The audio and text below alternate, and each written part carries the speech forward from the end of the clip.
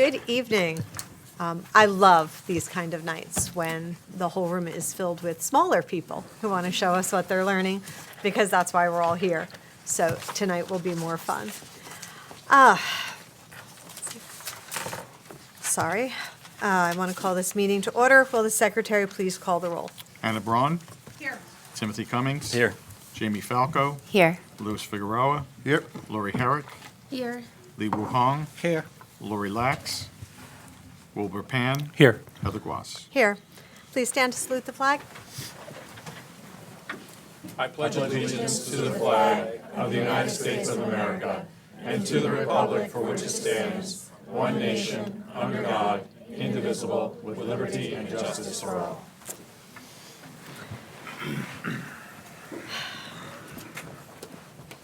All right, for the small people in the front, this is the part where I read a lot. Be patient, I'll go fast. The New Jersey Open Public Meetings Law was enacted to ensure the right of the public to have advance notice of and to attend the meetings of public bodies in which any business affecting their interest is discussed and acted upon. In accordance with the provisions of this act, the East Brunswick Board of Education has caused notice of this meeting to be published by having the date, time, and place thereof posted at the Board of Education offices. Written notice was also provided to the Sentinel, the Newark Star Ledger, the Home News Tribune, the Alternative Press of East Brunswick, and the Municipal Clerk of East Brunswick. All Board of Education meetings, with the exception of executive session discussions, are videotaped for later broadcast.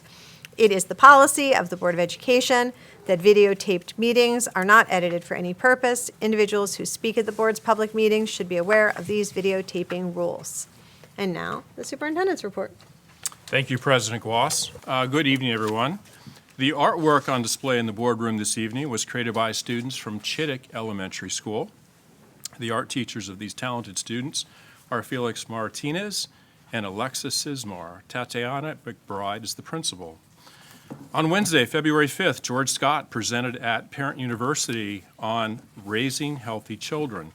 As a family therapist and former Middlesex County Director of Student Services and current statewide coordinator for the Traumatic Loss Coalition, Mr. Scott shared insights on how toxic experiences can impact children's academic success, relationships, and emotional well-being. He emphasized the vital role parents play in fostering their children's well-being from infancy through high school. Presentation slides are available on the homepage of our district website. The social studies classes at Hammarskjöld participated in a special activity entitled A Typical Ghanaian Day, Know the Past, Shape the Future. Students participated in a real-time webinar with instructors in Ghana where they were able to learn about a typical day for a Ghanaian student. Students communicated with the instructor via a chat where they asked specific questions based on what they learned in the presentation. At Memorial Elementary School, Christian Semple's third grade class celebrated the conclusion of their nonfiction reading unit by participating in a small group Living Wax Museum project. Utilizing what they learned about nonfiction texts, students researched facts about one famous person in history, past or present, that they would like to learn more about. To add to their presentation, students were given the option to dress like the individual and to bring in props as well. On January 31st, the students shared their speeches and slides featuring a video and photos of the individuals they chose. The students were poised, engaged, and let their personality shine. In sports, girls swimming continued their dominant winter season by winning their second state sectional title in back-to-back years. Congratulations to them. The girls wrestling team beat number 6 state-ranked Vernon on Monday, February 10th, and congratulations to the girls wrestling on winning the red division this season.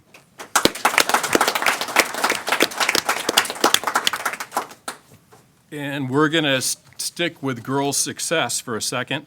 Varsity cheer won the Mustang Classic on Saturday, February 8th. Congratulations to all of them. Second quarter report cards are now available and can be viewed online through Parent Access. Hard copies will be made available at the request of anyone without internet access. Just a few reminders. Please stay updated with our latest news by following us on Facebook. And schools will be closed this coming Monday, February 17th, for President's Day. Thank you. Thank you. All right, now we get to the wonderful part. See, it wasn't that long. All right, we have learning across the district with Warnsdorfer Elementary. Yes, we do.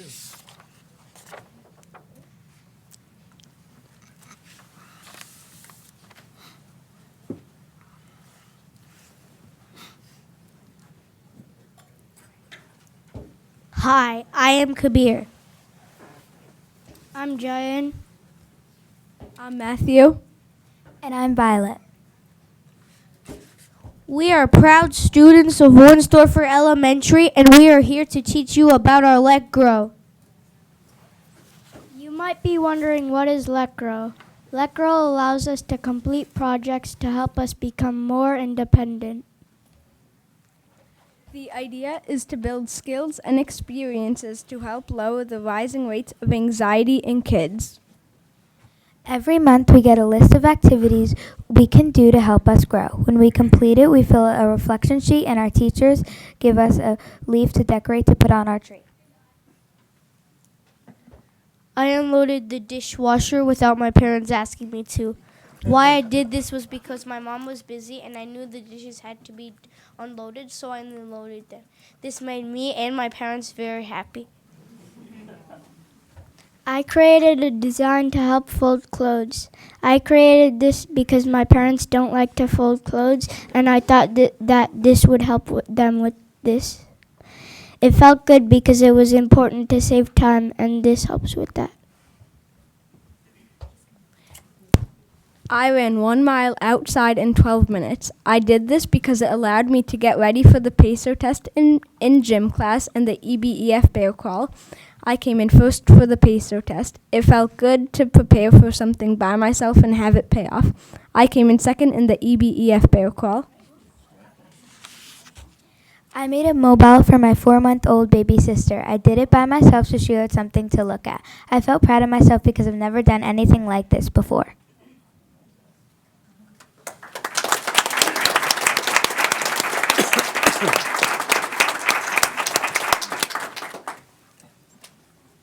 Hi, my name is Umang, and my son Kabir is in 4th grade in the Warnsdorfer Elementary School.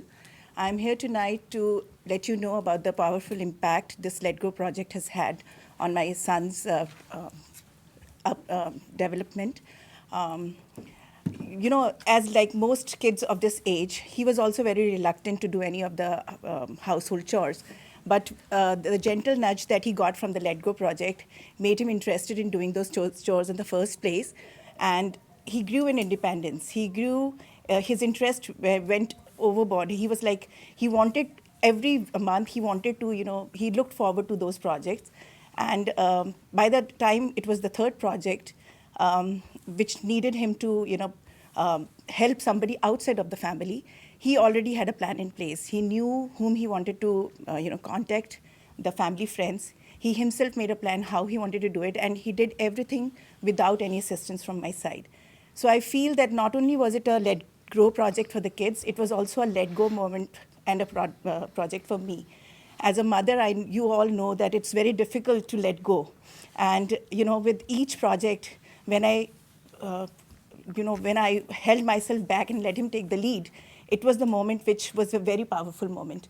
And I actually saw him grow many folds from there. So I would like to thank the East Brunswick Board of Education and the Warnsdorfer Elementary School Principal, Mr. Satari, and all the wonderful teachers who are sitting here for giving Kabir the opportunity to participate in this project. And I sincerely hope that projects like these continue in the future as well. Thank you so much.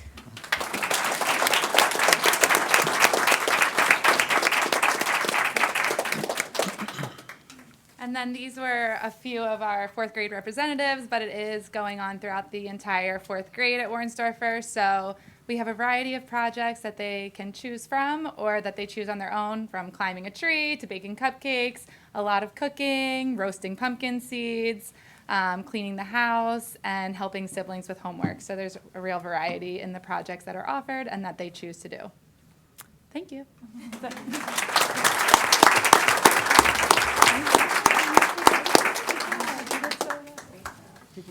Great job, everyone. I would like to hire somebody to come and empty my dishwasher. I was going to say I have a college senior and a high school senior, and they haven't touched the dishwasher ever. That probably says more about my parenting skills than anything else, but be that as it may. I actually wrote that down. Get Kabir to come to the house. Well, it's very good, great presentation, and thank you very much for teaching us this grow. You know, as a school district, as the community, we need to grow together always. At the time we are facing challenges, we need to grow together. We need to work together to bring this community to next level, to bring our school to next level. So that's the lesson I learned from your presentation.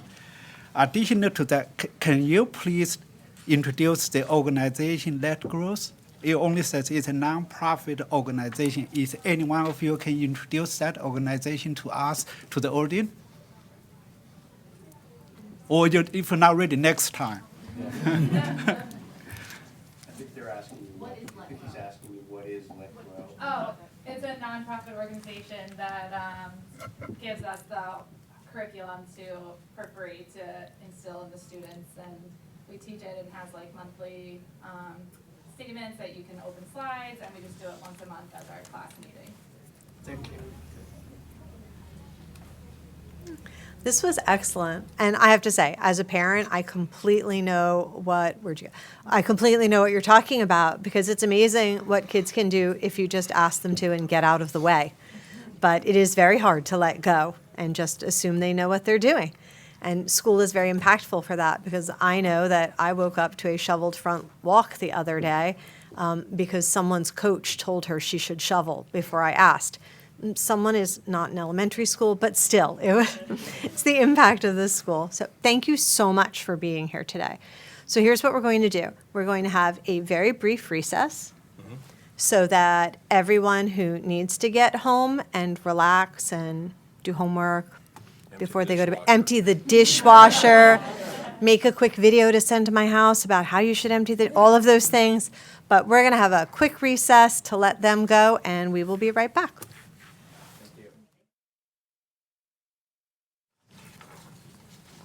All right, and we're back.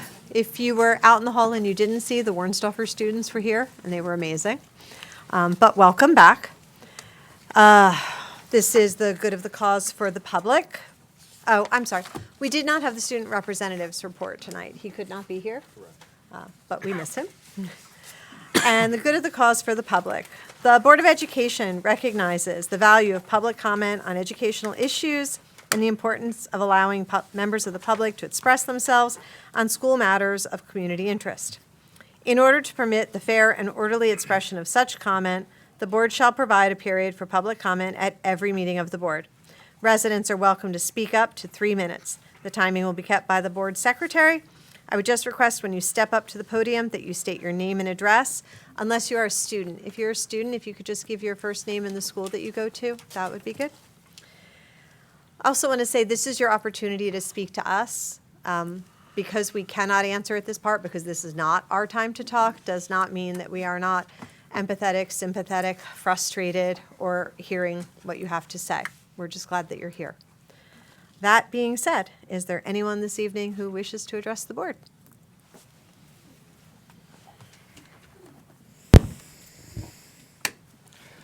Good evening. Dom Scolfani, 2 Morgan Place. I stand here today not only as a former student, but as a former student athlete. After hearing about the potential cut, I did what I do best. I created a petition. And over 300 former EB student athletes, parents, and coaches have signed it. I can personally say that middle school sports played a huge part in my life.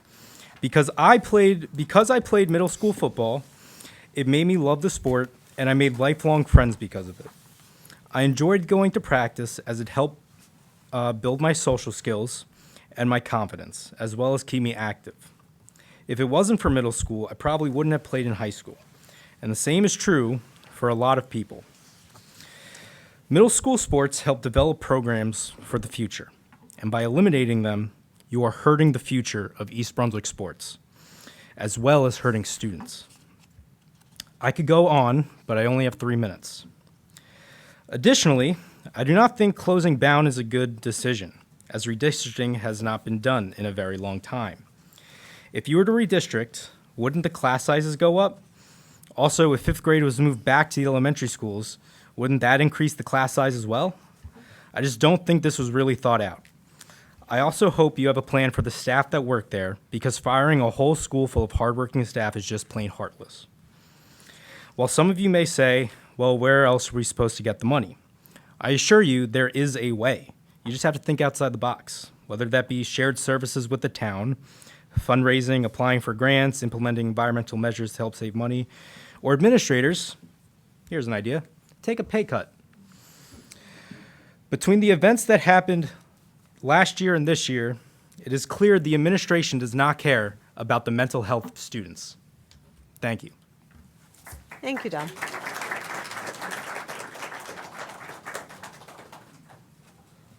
Is there anyone else?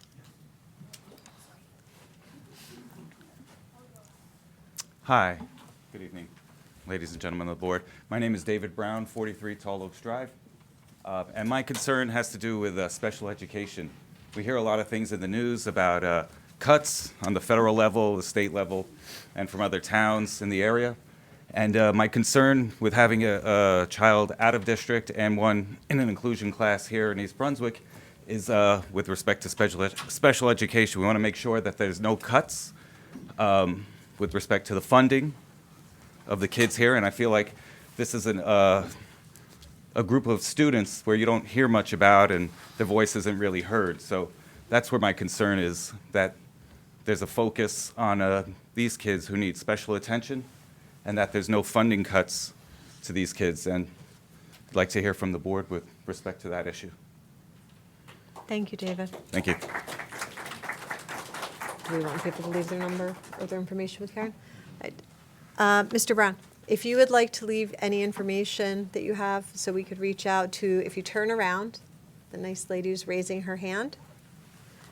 Thank you. Hi, I'm Ashley and I go to Churchill Junior High School. Good evening. My name is Ashley Motoseski and I am a 7th grade student athlete. As a 7th grade student athlete, this was my first year being able to play middle school sports. It is probably one of the best experiences I have had so far. The winter season, I was on the 7th and 8th grade girls basketball team. Today, we wrapped out our basketball season and I have so many memories with my teammates that I have created.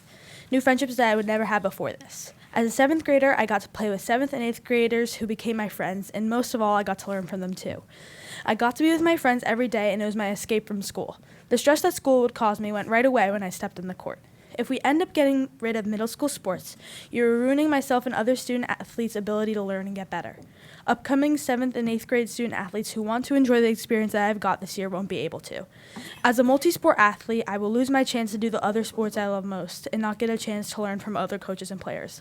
I already have got a year off of my LMB being in elementary school. Are you really going to get rid of sports too? Thank you. Thank you, Ashley.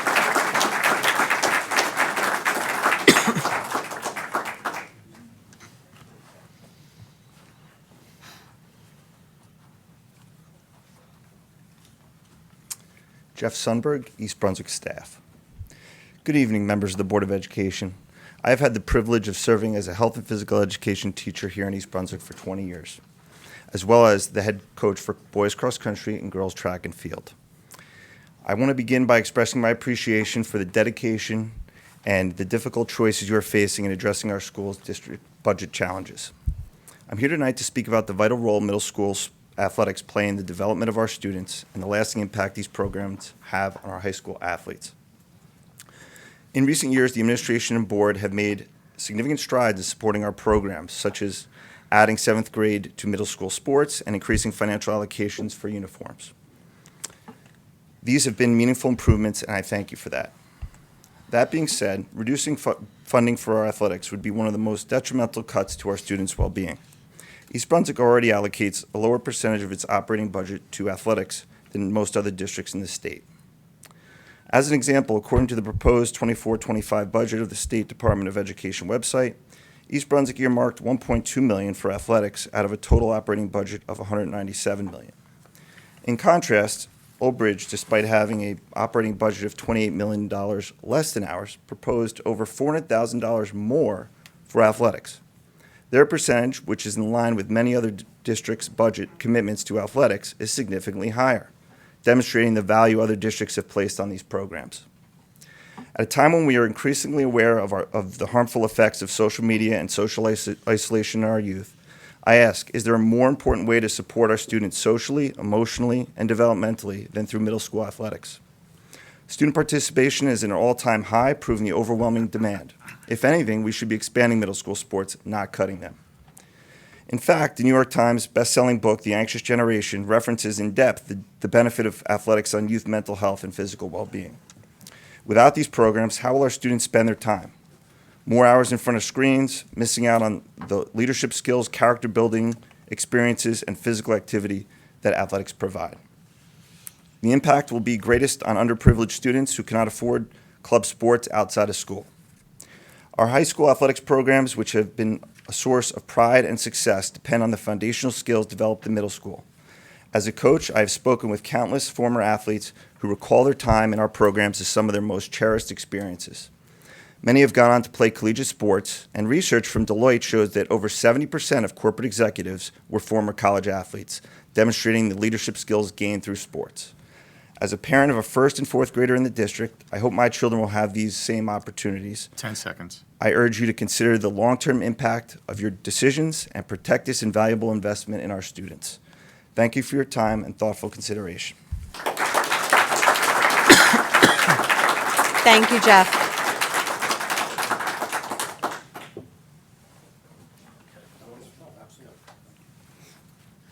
Hi, Tom Sclafani, 2 Morgan Place, East Brunswick. Ashley, you mind if I ask you a question? It sounds like you have a lot of joy playing on the team, am I correct? Okay, so why would we ever think about taking joy away from kids playing athletics? Think about that. This shouldn't even be a topic, all right? I've been coaching for 5 decades. I've coached the Division I level in college, Division III. I've coached East Brunswick High School, and I currently coach St. Thomas Aquinas. I think one of the biggest problems we're going to see here is the joy that will be taken away from kids. Coach, you hit it on the head. We're going to have a lot of people watching screens all of a sudden. We're going to have people sitting at home, more latchkey kids, because I think some parents sometimes depend on picking up the kids at practice. Sometimes we work a little later, right? It does happen. Do you really want to see a kid have to go home by themselves in the house? Anybody here want to see that? Mr. Sclafani? Okay. Could you address the board, please? I am. Oh, I didn't look at you. I'm sorry. Thanks. My fault. Okay. The basic whole thing in this, and why are we even talking about this? It's mismanagement. And it's on the board. This is years of mismanagement to get at this place today. So I'm hoping that you guys can figure something out, because who's responsible, really? Think about that, on why we have this budget crunch. A few years back, we got a lot of money from the state. I think we thought we were going to get it every year. I hope you didn't think that, because that doesn't happen. My biggest thing is who suffers. Kids suffer. If you let this happen, you will hurt an awful lot of kids that love playing athletics. Coach brought up another great point. Most of your leaders in this world have played athletics. So I hope that you guys are smart enough to really figure this out, because we all put you there for a reason. Thank you. Thank you.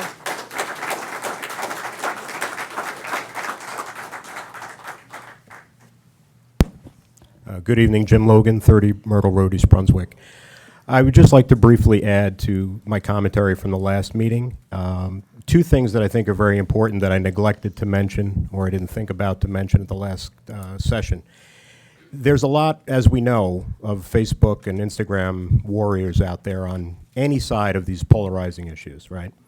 But what's unfortunate is when it's not factual or they don't do their homework and have the facts correct. So one of the things that's been said a lot in these various forums since the last meeting is that there are plenty of other alternatives in the township for these types of middle school sports. And I even saw the comment from someone in senior leadership in the town, not on the board, but in the town, say, you know, middle school sports is not a right, and it hasn't really existed that long, so what's the big deal? I think it's beautiful to hear the young lady who spoke already. I wish all of the young adults could come up here and speak about their experiences and what it means to them, because that's really what's most important. However, and I'm speaking for baseball at the moment, but I'm advocating for all middle school sports, the coaches of these travel programs, right, these pay-to-play programs, they finally got smart and they made a conscious decision not to play any games or do any type of structured practices until at least Father's Day. And the reason that they do that is because they want to honor the school programs and the school coaches' expectations and not overwork the kids, especially pitchers, right? And in many respects, that also applies equally to softball. I'm not qualified to speak to the other sports. So my point is, we already have a situation where you have just for middle school baseball, many of which are in the room. I wish there were more, but because of conflicting schedules, they couldn't be here. But middle school baseball has over 25 children who have been, you know, actively, as I said 2 weeks ago, coming to these indoor sessions that we're running. They're enthused, they're motivated, you know, they're willing to pay a bigger share of dues if that's what needs to happen. And just to make sure I don't come across as too biased, I don't even have a child, as much as it breaks my heart, I don't have a child playing anymore. They're still in the district, but they're not playing sports. But I love these children, and many of them I've known since the 4th grade, and I'm proud to see the varsity graduate this year. I'm still going to be invested in that program whether I have a child in it or not, because I love this community and I love these children, and it's vital that we find a way to keep the middle school sports. My last comment, let's make sure we're making the decisions, because obviously the money needs to come somewhere. We know that, right? Doesn't matter why we're here. The money has to come from somewhere. But what we decide to cut, let's make sure the decisions are based on facts and not sentimentality, right? Everyone is sentimental about, you know, a school or a different program. I get it. But if the money has to come somewhere, business is business. Let's make the decisions based on facts and not sentimentality. Let's not hurt these children. Thank you very much. Thank you, Jim.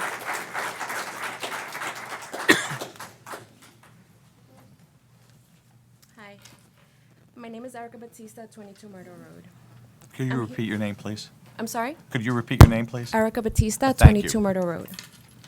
I'm here on behalf of my 3 children, giving a voice to the voiceless, because I think closing Bound Monroe would be a huge mistake. We came to East Brunswick 5 years ago because our goal was to live in a diverse town with a great school system, just like everybody else here. Yet over the past few years, there's been nothing but disappointments with our schools. First, my oldest son got the short end of the stick during his first and only year at Hughes. Then he was one of the first kids to use the trailers at Churchill, which, by the way, is a terrible safety issue with how small and narrow those hallways are. The first day I went there, I was very and extremely upset. And now you want to shut down Bound. Year after year, we, the people who fund this town, continue to pay more and more and get less and less. My youngest son, who's in pre-K 4 at Bound, came home with scratches at the beginning of the year because his class had 15 toddlers between the ages of 3 and 4, and at the time they only had 2 teachers. Our wonderful principal was able to get extra aides after I had a conversation with her on why this was happening. And that was the solution, getting more teachers. So you mean to tell me that the solution to the budget issue is to cut down on teachers, less school and bigger classes? Less schools and bigger classes. We, the residents of East Brunswick, deserve to understand exactly where our tax money is being allotted to and how the budget is being distributed. I am extremely disappointed and upset at the thought of closing down our school, which brings me to think, is it your salaries that we need to adjust? Because it makes no sense to me that we continue cutting down, reducing, and taking away from our children versus reassessing and adjusting in other areas. It is concerning that while the budget triples over the years and my taxes continue to go up, the solution, in your opinion, is to take away the exact perks for which people come to live here in the first place, like sports and arts. I will happily pay my expensive taxes if we're giving what we're promised. East Brunswick Township has made promises it cannot keep. If we, the residents, allow this to continue to happen, it will only be the beginning to more and more cuts, resulting in a basic school system and basic town to live. So I stand here today because I genuinely, wholeheartedly believe that closing Bound Monroe would be a huge mistake. It is up to us, the parents, and all of you sitting here today, to make sure that we're making the right decision in the best interest of the children. Because it is us, the residents of East Brunswick, that pay the taxes that fund our schools, your salaries, arts, and sports. Thank you. Thank you, Erica.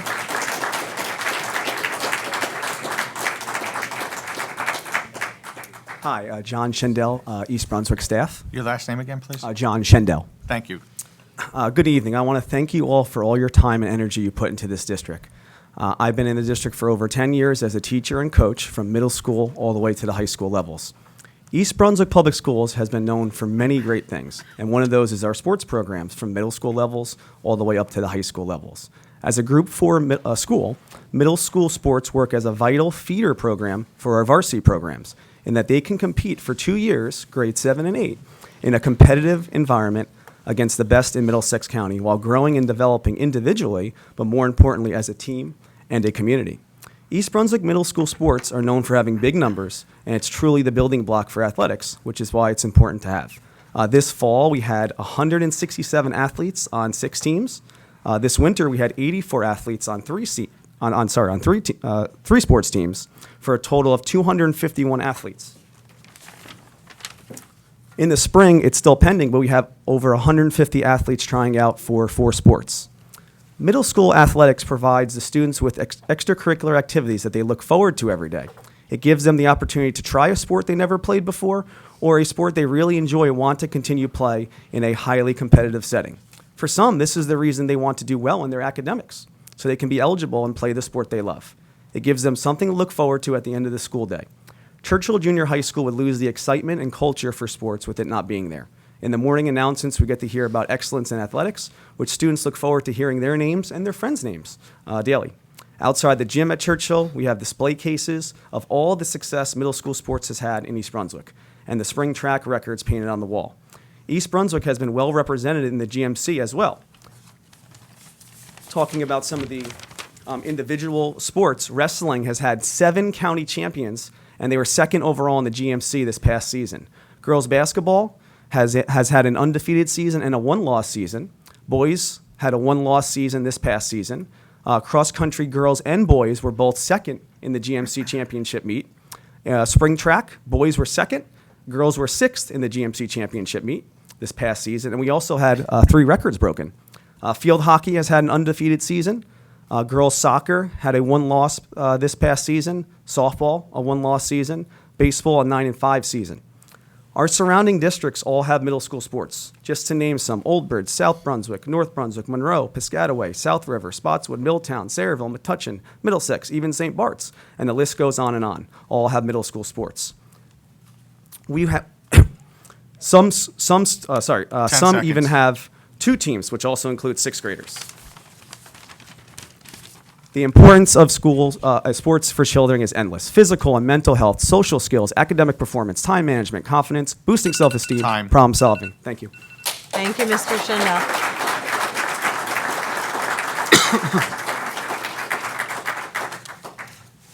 Hello.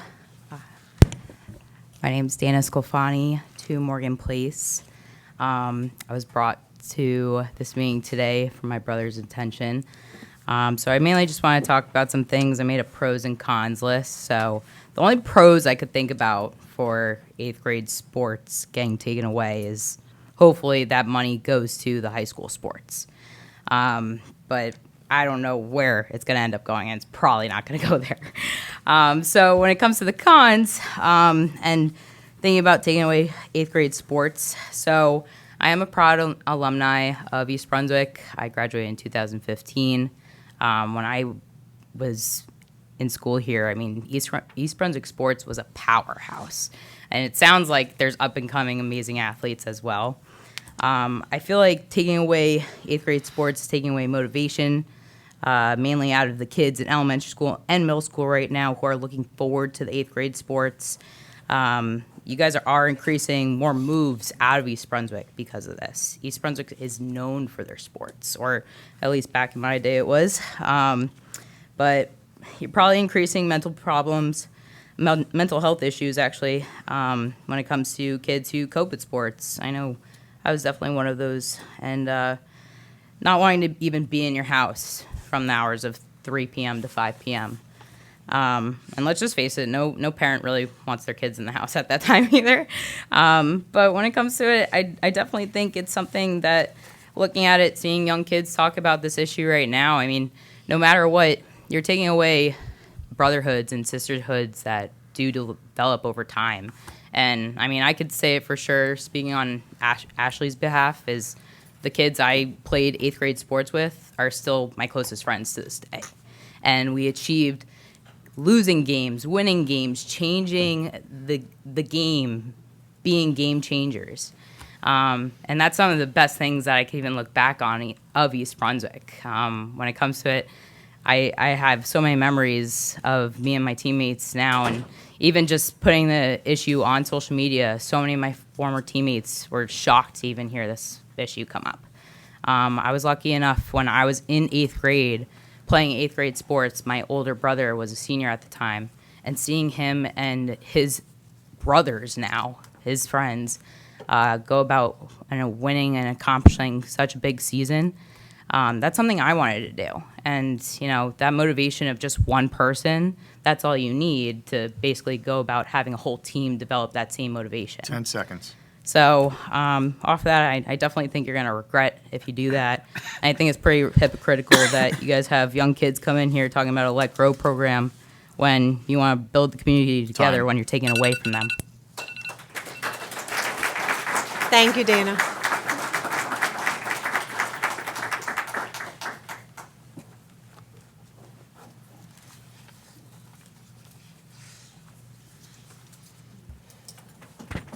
Arun Aigari, 20 Brook Hill Road. I was here last month to talk about the installation of vaping monitors in, slightly off topic, about the installation of vaping monitors in high school. I'd like to thank the Office of Superintendent. I got a call from the principal of the high school. We had a long conversation, exchanged a lot of ideas.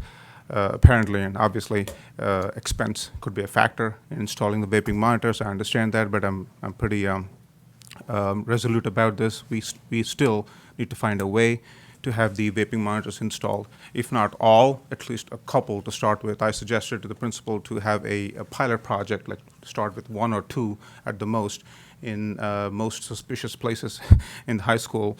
And I'm here today because I promised my students that I will bring this up at the podium, and I owe them an answer. It's been about 3 weeks. The principal called me. I really appreciate his time. We had about a 45-minute call. He promised me that he would call me back, so I'm waiting for his call. If you guys could have a reminder to the principal, and also thank him for his time spent in talking to me. Thank you very much. Thank you, Arun.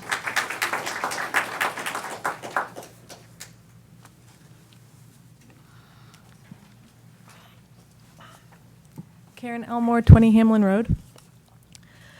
Over the past few years, there's been a lot of debate about how we should be teaching our children to read. Neuroscience research has shown that leading with phonics is essential for laying a strong foundation for reading. There's one reading curriculum that's particularly criticized by this research, the Units of Study, founded by Lucy Calkins. The Units of Study has been criticized for several of its components, notably the use of 3Qing. 3Qing is a set of reading strategies that encourages new readers to guess the word on a page based on context, rather than explicitly sounding it out first. 3Qing lays a foundation of bad reading habits and undermines phonics instruction. 11 states have banned 3Qing from their reading curriculums. New York City is phasing out Units of Study in all its public schools. Columbia University's Teachers College recently dissolved a literacy organization led by Lucy Calkins in the face of mounting evidence against her approach. Lucy Calkins has since rebranded under the name Mossflower and published an updated Units of Study curriculum. The Mossflower curriculum claims to have added more phonics instruction. But what district would trust an untested phonics curriculum developed by someone who overlooked phonics research for decades? I think most parents in East Brunswick would be surprised to find out that our school district uses Units of Study as its primary reading and writing curriculum.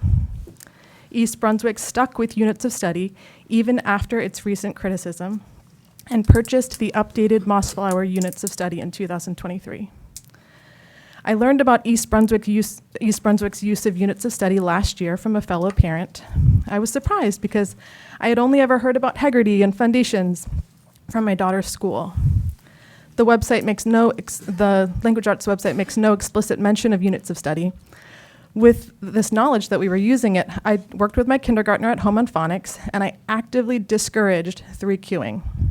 She's doing well with her reading, but I still see her slipping into guessing words. It's a difficult habit to break. I know there's a lot of focus tonight on the not-so-new budget concerns and so many impossible budget cuts. I know a new curriculum is not cheap, but I do wonder how much we could save on reading coaches if we had an effective reading curriculum. More importantly, what is the cost to our children and our township when we stick with Units of Study? Thank you, Karen.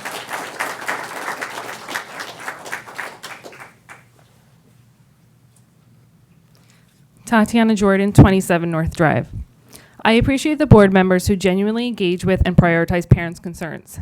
I hope all board members demonstrate a willingness to critically examine, question, and hold the administration accountable for the decisions they have made, continue to make, and will make in the future.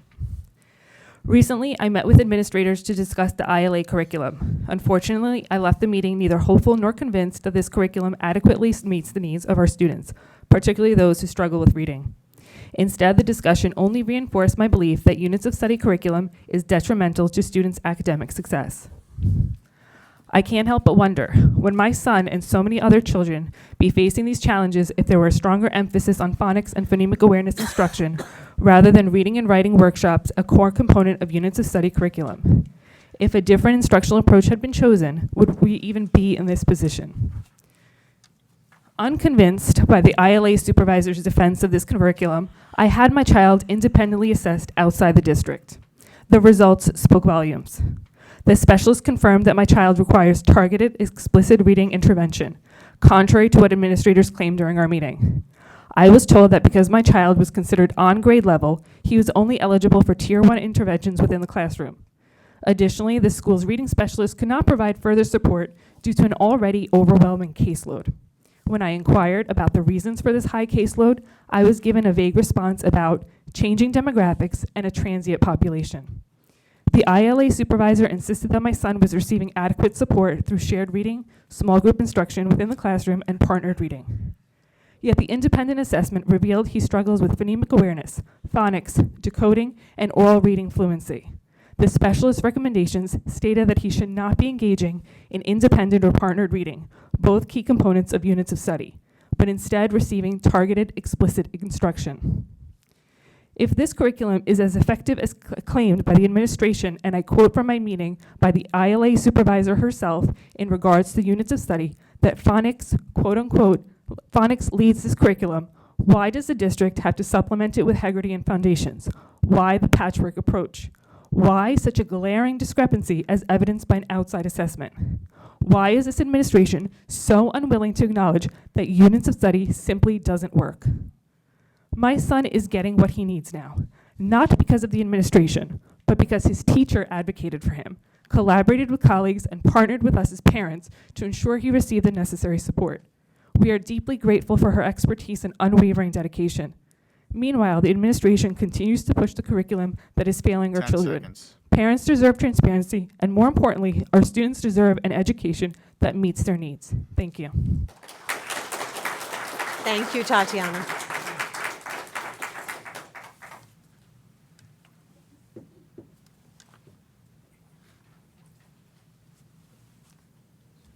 Hi, Michelle Bethy, 5 Watchung Road. I'm here to share a parent's language arts testimonial. Her son is a 5th grader at Hammershold's. To quote, Despite his best efforts, he is struggling significantly, particularly in reading, where he's currently performing at a first grade level. This gap has persisted, and despite multiple meetings, no effective resolution has been reached. Throughout these meetings, I've had to argue and fight every step of the way to ensure that my son's needs are properly addressed. Each discussion has felt like a struggle to make progress, and despite my repeated concerns about his lack of support, no meaningful changes have been made. The academic gap continues to widen instead of closing. I am also deeply concerned about the fact that the district promotes itself as being Orton-Gillingham certified. However, it appears that no one at the school is actually certified in this specialized training. The district's promotion of this certification is misleading, as it suggests a level of expertise and support that in reality is not being provided. Given that my son's reading struggles could potentially be addressed through a proven, specialized approach, such as Orton-Gillingham, this lack of properly trained staff is unacceptable. What is especially troubling is the emotional toll these struggles are having on my son. He's very aware of his academic challenges, and it's affecting his self-esteem. He understands that his peers are progressing at a much faster rate, and this has made him feel inferior and left behind. He has expressed frustration and embarrassment about his struggles, which I believe is contributing to a growing sense of isolation. The gap between his reading level and that of his classmates is not just an academic issue. It's deeply affecting how he sees himself, creating feelings of inadequacy and frustration. The school supervisors have stated that they do not believe the gap is severe enough to warrant additional help, but I strongly disagree.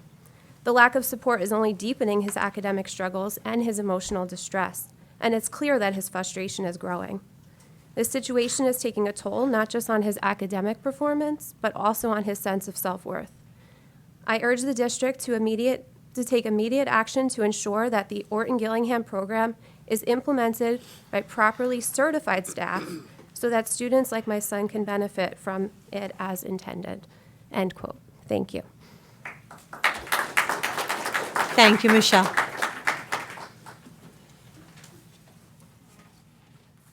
Allegra Seidler, 12 South Woodland Avenue. On November 21st, December 5th, December 19th, January 2nd, 16th, and 30th, I spoke of issues with the district Tier 1 ILA curriculum.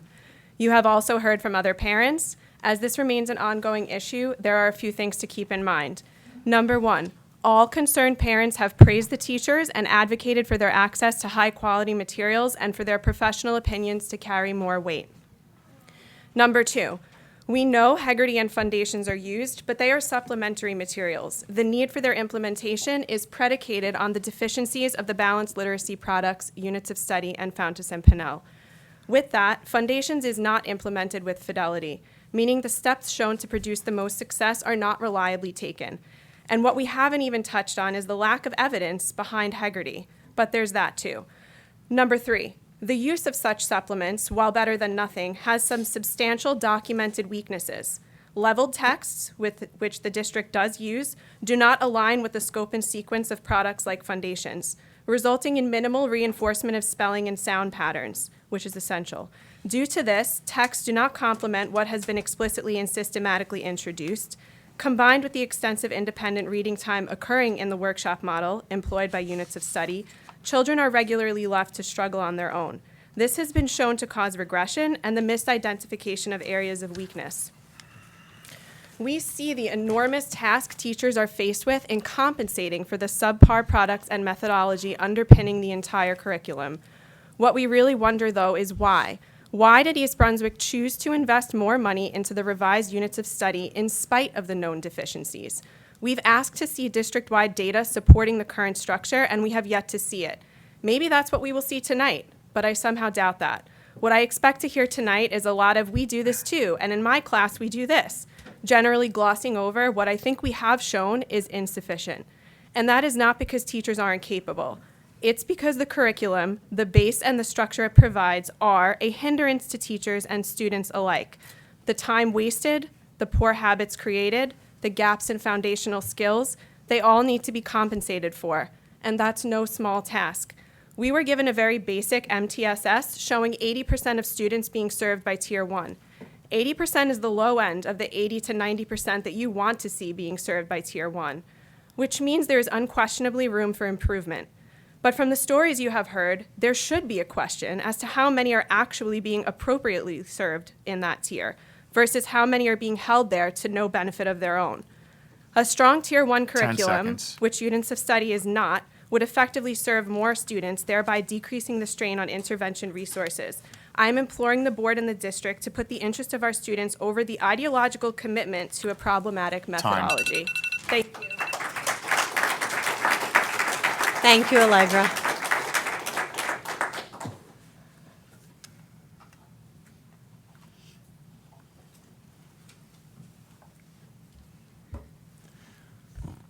Michael Mastruzzo, 27 Colonial Drive. Good evening.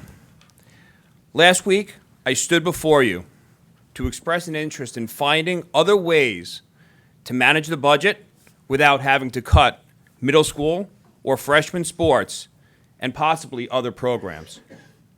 From all the folks that have spoken last week and tonight, and probably some others, I'm hoping this can all be compelling to understand that this is not the direction we should be taking to keep our schools competitive and also demonstrate the excellence that Mrs. Jen Figueroa pointed out last week.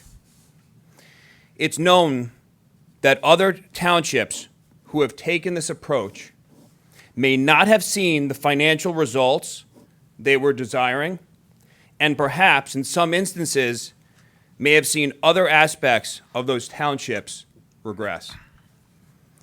Please do understand that this impacts all of us.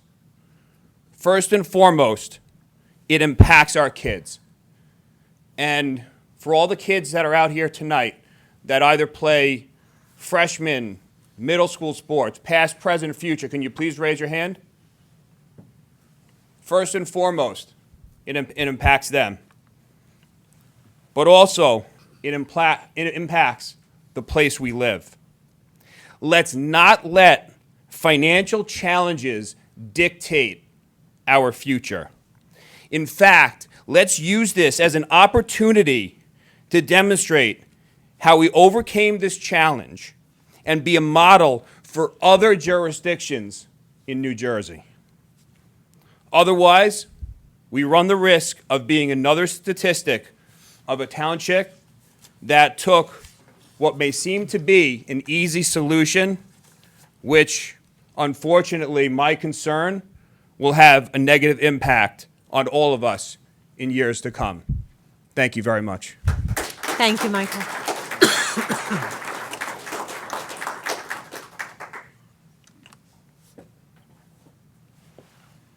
Is there anyone else? All right. Seeing none, I'm going to close the public portion. All right, which leads us to special reports. We do. All right. We have a report tonight by Dr. Boley and her team about our Gifted and Talented program and our K through 6 language arts program. This is information for the community and the board. Dr. Boley? Good evening.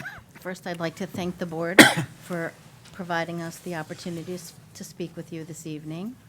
I'd also like to state that we value and appreciate the feedback that we have received and continue to receive, and we are thoughtfully and thoroughly examining and reflecting on all aspects of it.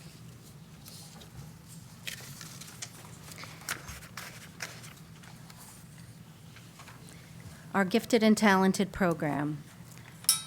In grades 7 through 12, we have been and continue to offer a diverse range of courses, including electives with honors and AP options, various clubs and leadership activities, independent study opportunities, a variety of co-curricular activities, academic contests, and student-led initiatives.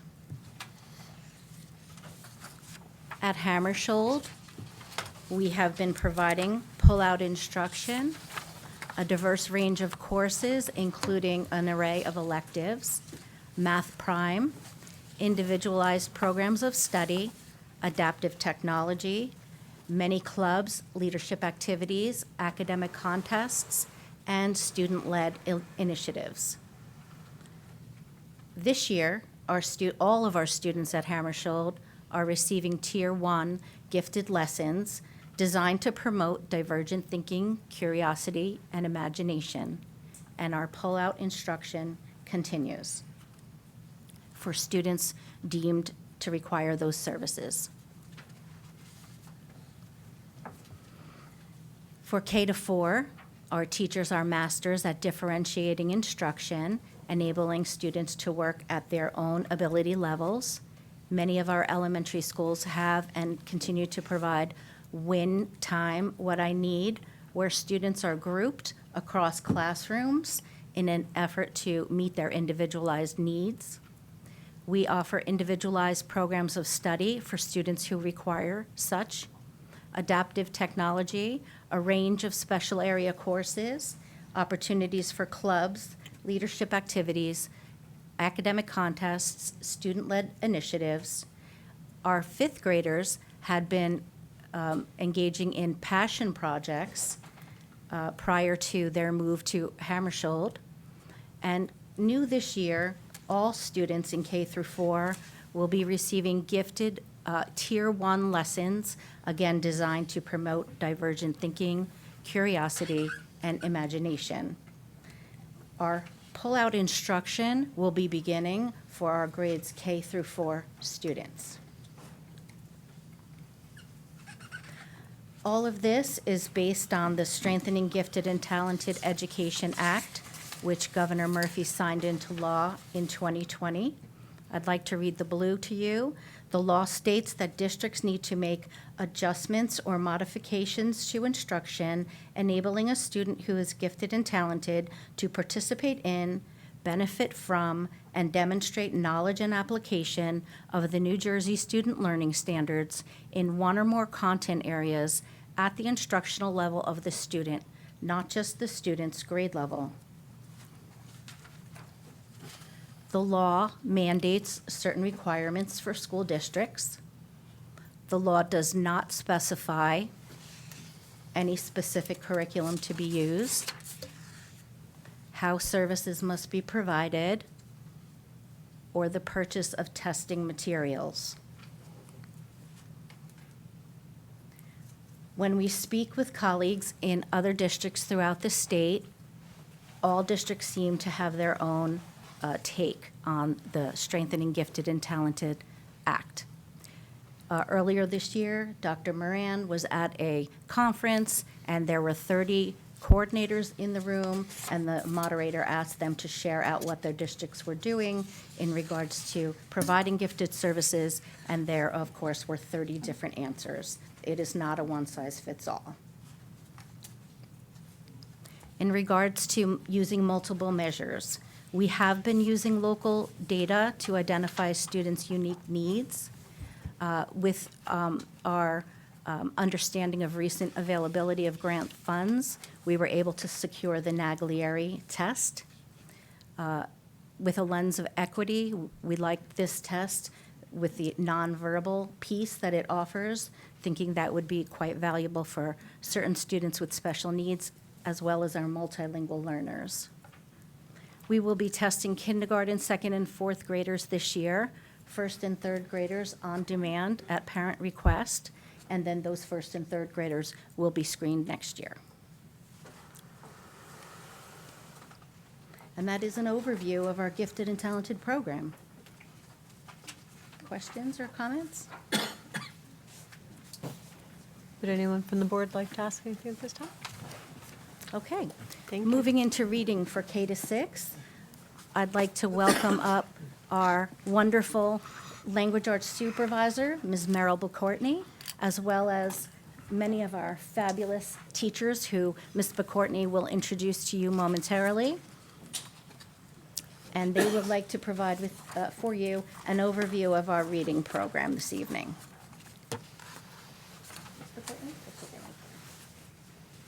I apologize. My voice is not great tonight, but thank you for allowing me to be here along with representatives from many of our elementary schools to share what we're doing to support reading development in our early learners.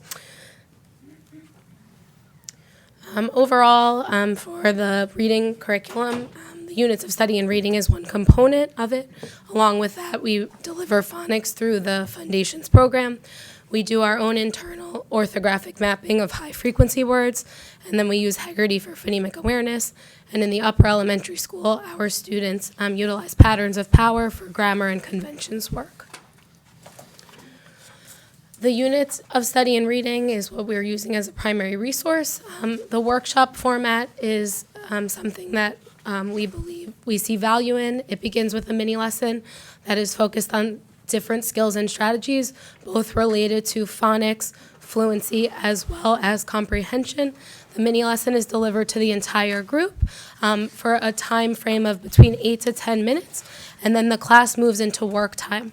During this time, some students are reading independently. They're reading a combination of decodable readers, which match their phonic decoding level, as well as books within the band of text complexity that matches their reading needs. And at this time, the teacher is pulling small groups to do explicit reading instruction based on the needs of students.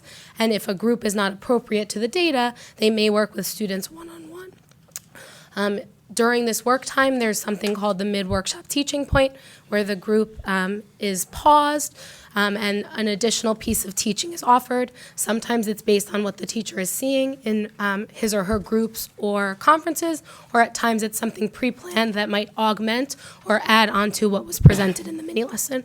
And then the end of the workshop time, the students are meeting at times for the share. Sometimes that is with partners, sometimes it is in a whole group to kind of reinforce and review the skills and strategies that they were practicing during that time. I would like to invite Kristen Bubness, a fourth grade teacher at Bound Monroe, who will share how the units of study curriculum and the workshop model for instruction provide her with time and structure to support the range of readers in her room through small groups and conferences. Hi. My name is Kristen Bubness, and I've had the pleasure of teaching at Bound Monroe School for 22 years, the entire time I've been in East Brunswick. In implementing the Reader's Workshop model using the units of study, the greatest benefit that I've seen in the 3rd and 4th grade classes that I've been in is the ability to differentiate for the needs of all the readers in my classroom. In just this past week, I've worked with many different small groups on a variety of different skills and strategies, whether it was a group working to understand how character motivation influences the events of a story, a group reading several short texts to determine common themes, or a group learning strategies for figuring out multi-syllable words with unusual vowel patterns. The units of study and the reading workshop model provide me with the time and structure to make sure each student's needs are met, so that they can continue to be strong readers. As for the rest of the students not working with me, what are they doing? Well, that's the best part. They're doing the important work of practicing the skills and strategies that I've taught them. But please don't tell them that it's work, because according to them, they're just sitting at their seats reading a great book. Thank you.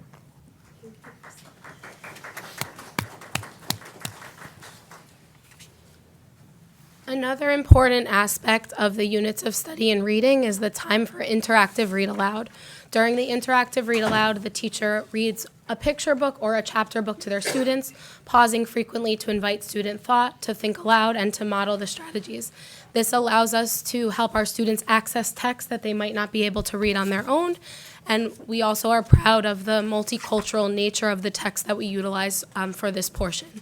In kindergarten through 2nd grade, we have an aspect of the read aloud that's called shared reading, where a text is displayed for all students to see to practice much of the phonic and decoding work actively with the teacher to get exposure to instructional level texts that are a bit beyond what they could read independently.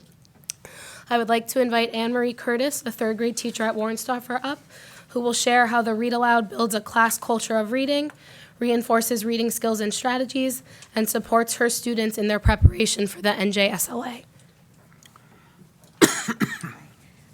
Thank you. I teach 3rd grade, Anne-Marie Curtis, at Warrensdorfer. Mr. Cummings' daughter is in my class. So this is one of our favorite times of the day because we get to huddle together, we get to meet a new friend in a book. We could talk about all the great things that are happening, comprehension, listening skills, talking to each other, having those conversations. But that's where I think the beginning of all that deep thinking really happens for our kids.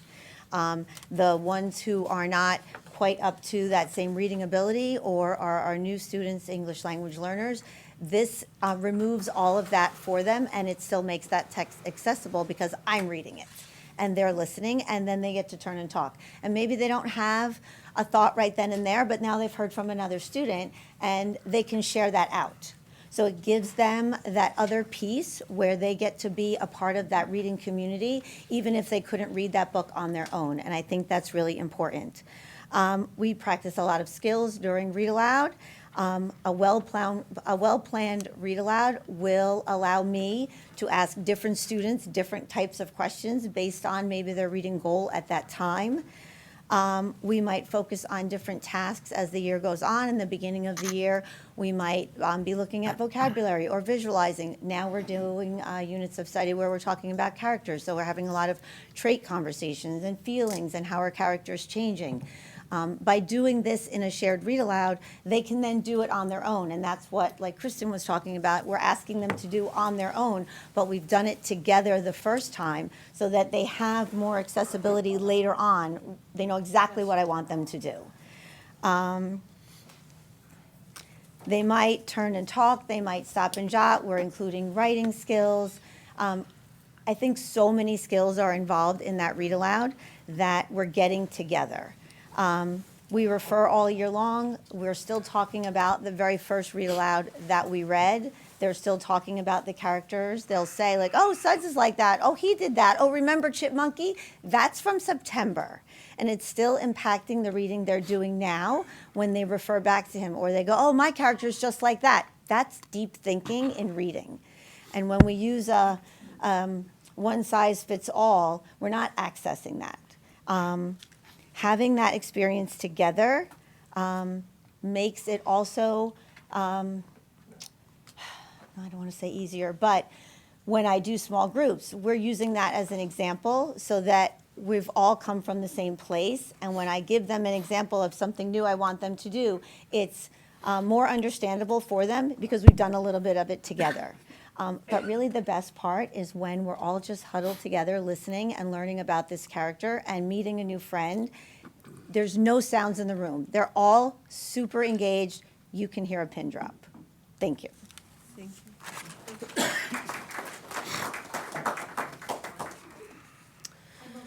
In kindergarten and first grade, we utilize the Hegarty Phonemic Awareness Program. Phonemic awareness is a foundation for reading and spelling skills, which allows children to identify and manipulate individual sounds within words, which is essential for decoding and encoding words when learning to read and write fluently. This was something that we brought into the district during the 21-22 school year when we acknowledged that this was some important foundational work that our students didn't have. And this is something that is frequently used as a supplement or addition to a core curriculum across both the state of New Jersey and on a larger nationwide level. What is great about this is that there's a large kinesthetic portion to it that's highly engaging for our students. You even see sometimes when students are at their seats, one of the activities is for short vowels. Let's say they were doing the word cat, they go cat, and you see them at their seat when they're doing their writing and all the kids are doing their little roller coasters. So we've definitely seen this have a positive impact on students, and it's accelerated their work within the phonics. We utilize the Foundations as our Tier 1 phonics program in kindergarten through third grade. It works with students on their handwriting, the actual formations of the letters, their special paper that has lines and cueing systems on the paper to help the students kind of know which letters go to the top, like a lowercase h, and which stay in the bottom, for example, like a lowercase a.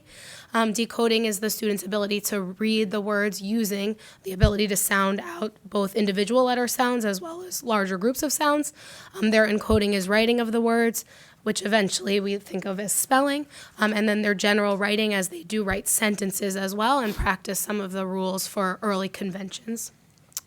I now invite Rachel Solomon, the reading specialist at Warnstoffer and a former primary teacher, to provide some information about how the Foundations program supports students in developing these encoding and decoding skills.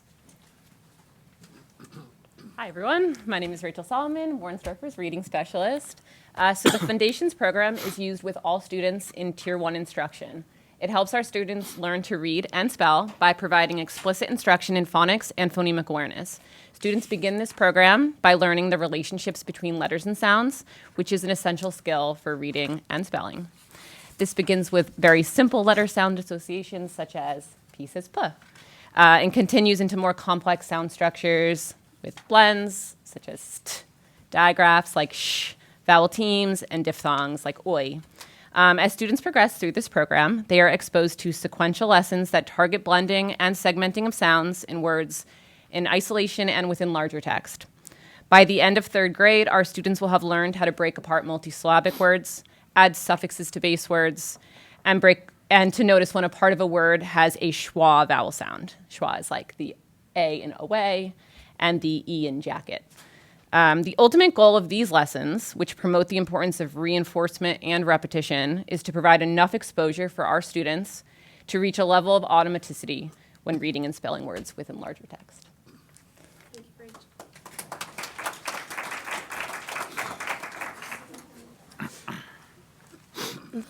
The last component of our reading instructional program is the orthographic mapping of high-frequency words. This is something that was also new to us. I know that there's a lot of conversation in general about kind of how high-frequency words are taught, and even years ago when I began as a teacher in this district, it was still a lot about memorization, but research shows that that's not what's most effective for students. So within orthographic mapping, we teach students to recognize the parts of the words that are decodable, where they know the letters and sounds, and then there are other parts that they need to learn by heart. That's why we call it a heart word. So looking at the word what, the WH is a decodable sound that our students would have learned, as is the T at the end, but the A in that word is a schwa, as Rachel just referred to, so it doesn't say ah, so we teach students to learn that sound by heart so that they can decode those words and apply their knowledge. There are some words that, like the word run, that's fully decodable, and we call that a flash word because you can read it in a flash. I'd like to invite Jody Kroll, whose classroom is pictured in here, a second grade teacher at Central, to briefly share about her experience with this high-frequency word instructional method that we began utilizing district-wide in K-1 during the 22-23 school year and last year in second grade. Good evening, everyone. Hi, I'm Jody. A second grade teacher at Central, and also for the record, a proud alumni of East Brunswick High School. I'm not going to say what year, a long time ago. And my husband and I moved back here from the city and raised our 3 girls who are also proud alumni of East Brunswick High School. So that is my classroom. As Miss McCourtney, sorry, we're both getting over something, just mentioned to you, I'm actually very proud of this work that we do. As you mentioned, it really is important. We know the research shows us that memorizing words means nothing anymore. And so what we do is at least for my second grade students, they've given me a lot of good feedback. And as I teach this, they're like, Mrs. Kroll, this makes a lot of sense. And I think when things make sense to you, it's a lot easier to learn and understand. So what we do is we introduce one of these heart words. The heart words don't follow our regular decoding rules. So we have a well-honed routine where we literally introduce the word, we say the word repeatedly, we sound out the word, we talk about what the word means, and then we look very specifically at the parts of the word that don't make their regular sound. So I'm a big fan of, I think it's up there, of looking at the word said. So we would look at the word said, and you would hear, we would say said, and we would talk about what it means. We would repeat it many times. We would look at the syllables, and then we would literally, we're big choppers in second grade, and we would chop apart the word for sound. So s, d. And I would explain as we go through, that S is regular, makes the regular sound, D makes the regular sound, but AI, which is a vowel team, which often says the long A sounds, in this case, my kids know we have to learn it by heart because in this case, AI says And so it makes a lot of sense. And the reason the word well is up there is it's very easily accessible. It stays up there once we learn a word. It stays up all year until the very last day of school. And they're welcome to use it as they're reading, as they're writing. And we also, in second grade, we're big on our agenda. We write down our homework, and we also write each week. We introduce 2 or 3 new heart words, and we will be writing them in our agenda as well. Thank you.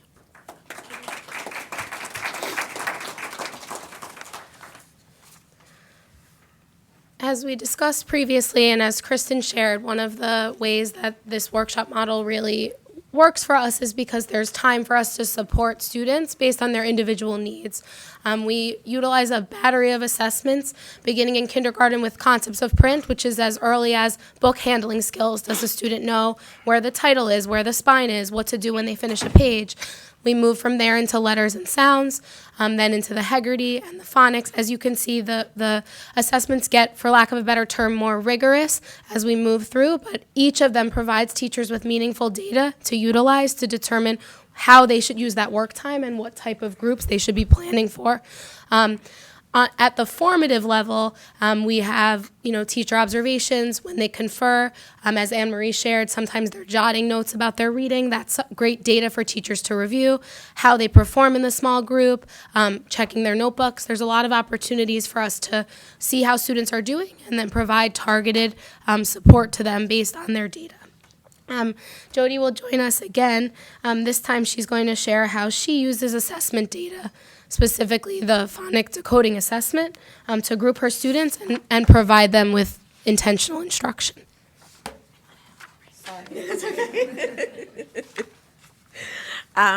So, like Meryl mentioned, we did start this a few years ago, and it's, again, I found it's what I use in my class routinely.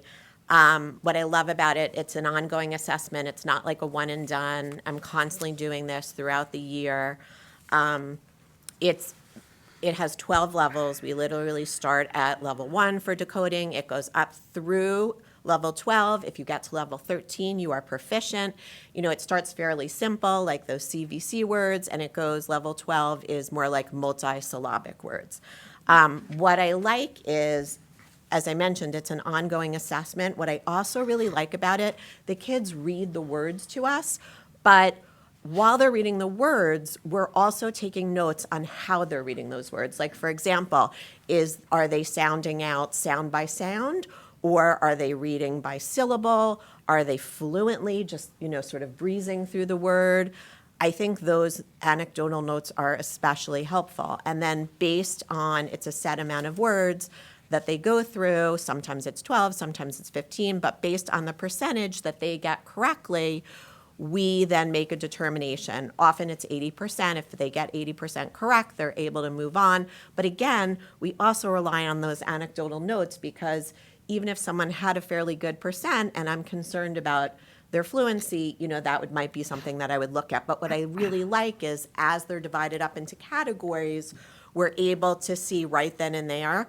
That day, I could make a small group and know, okay, that's the decoding strategy that I need to work on. I need to stop here, or I could move on to the next level. And it's really specific, targeted instruction for decoding, which I find exceedingly helpful in my classroom.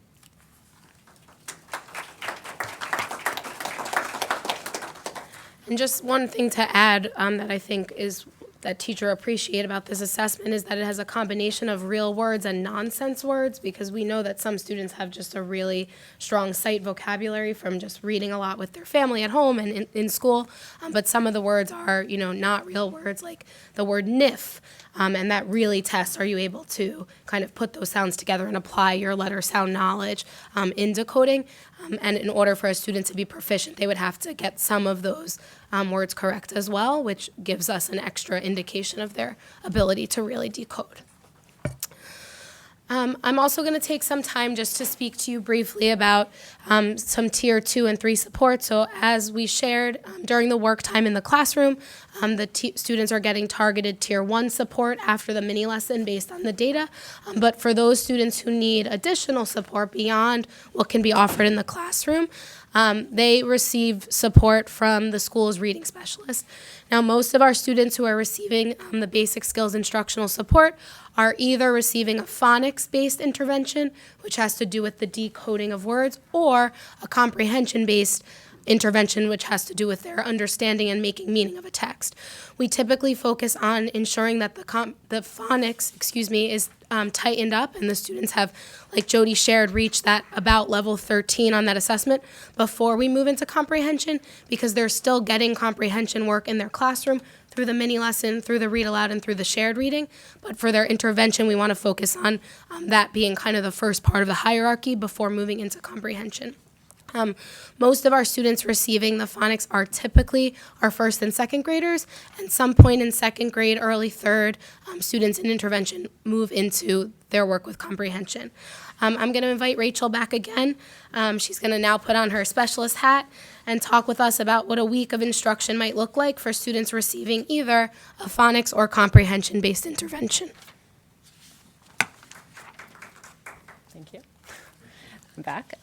So I was asked to share a little bit about what the reading specialists do all day or all week at the elementary schools. So as Meryl mentioned, students who do not make adequate progress during our Tier 1 instruction will receive additional support as part of our basic skills program. This program is designed to ensure that every child receives the help they need to thrive academically, particularly in reading. We target specific areas of reading where students may be struggling, which can be phonics, fluency, or comprehension. This instruction is provided by a reading specialist where students are placed into small groups based on their needs. The goal of Tier 2 support is to help students improve their reading abilities to reach grade level proficiency. So what does that look like throughout the week? So in a phonics Tier 2 intervention group, we reinforce previously learned concepts while introducing new skills as well. Students will practice new sounds in isolation, read and spell words and sentences, and have an opportunity to read in decodable text. Additionally, we incorporate multisensory activities where students use manipulatives to assist them in identifying sounds they hear in words, as well as for blending and segmenting words auditorily. Students in a comprehension intervention group will receive additional instruction in reading strategies that will assist them in understanding text. Specialists will model the use of a reading strategy and gradually release the responsibility onto the students. Ultimately, the goal of these groups is to provide our students with the skills they need to understand text when they go back to their classroom and they're reading independently. For students who do not make adequate progress during our Tier 2 reading instruction, we offer Tier 3 support as well. This is the most intensive level of support. Goals and objectives are developed and tailored to a student's unique needs. Our interventions follow a familiar format, allowing practice with blending sounds, segmenting words, reading and writing sentences, and working with decodable texts. So the work we do in Tier 2 and Tier 3 instruction is intended to provide our students with the necessary support to reach a level of proficiency they need to become fluent and confident readers.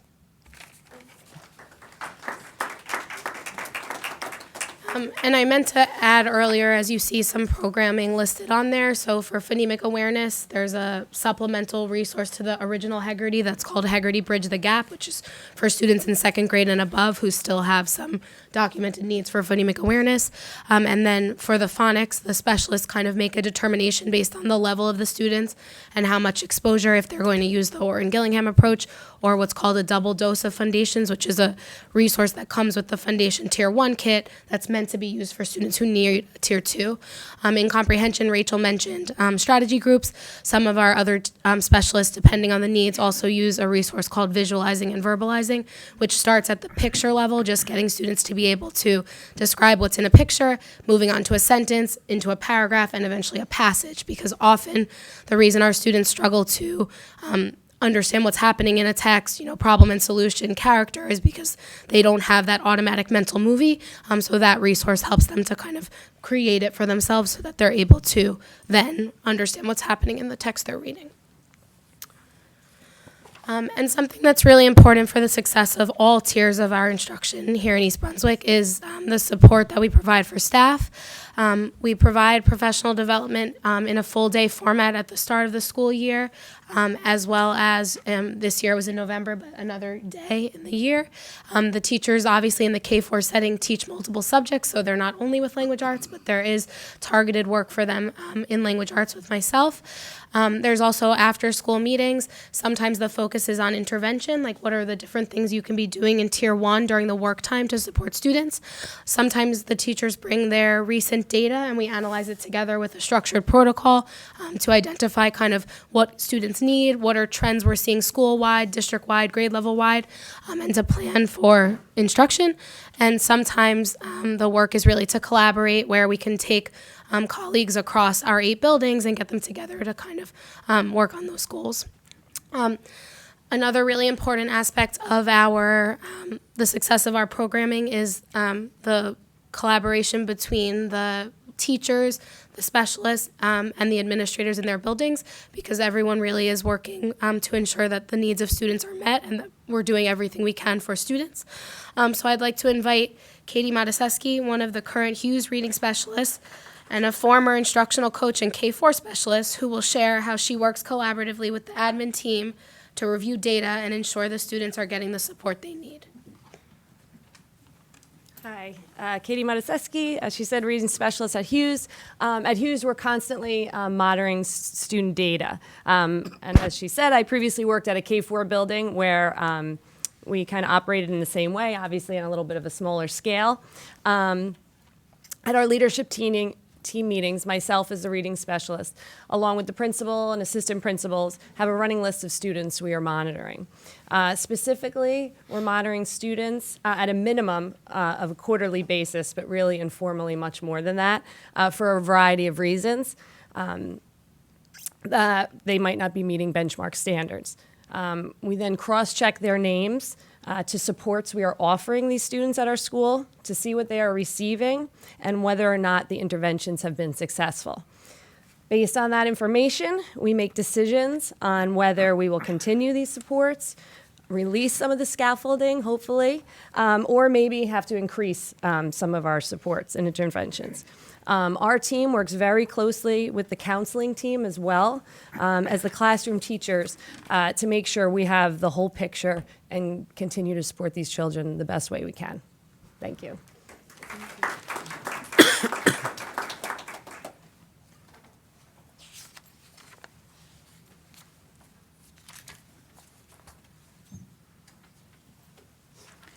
We all have some health challenges. Okay, so thank you so much, ladies. So we shared an overview with you of our reading program. In New Jersey, all school districts are required to teach according to the New Jersey Student Learning Standards. These standards outline the skills and knowledge that we must teach the children per content area, per grade level. It is mandated that we teach the New Jersey Student Learning Standards, and our curriculum is fully aligned to the New Jersey Student Learning Standards. The resources and materials that districts may choose to use to teach the standards are a local decision. So we heard about our reading program. We talked a little bit about the New Jersey Student Learning Standards. Next, you might ask yourself, well, how are the children doing? So again, in New Jersey, the children are required to take the state test in the springtime. So this test here is called the New Jersey Student Learning Assessment, the NJSLA. So for language arts, our last administration in the spring, looking at our students in grades 3 through 9, the average, and this is the general enrollment students, not students in a subgroup, such as students with learning disabilities or multilingual learners, just our general enrollment students.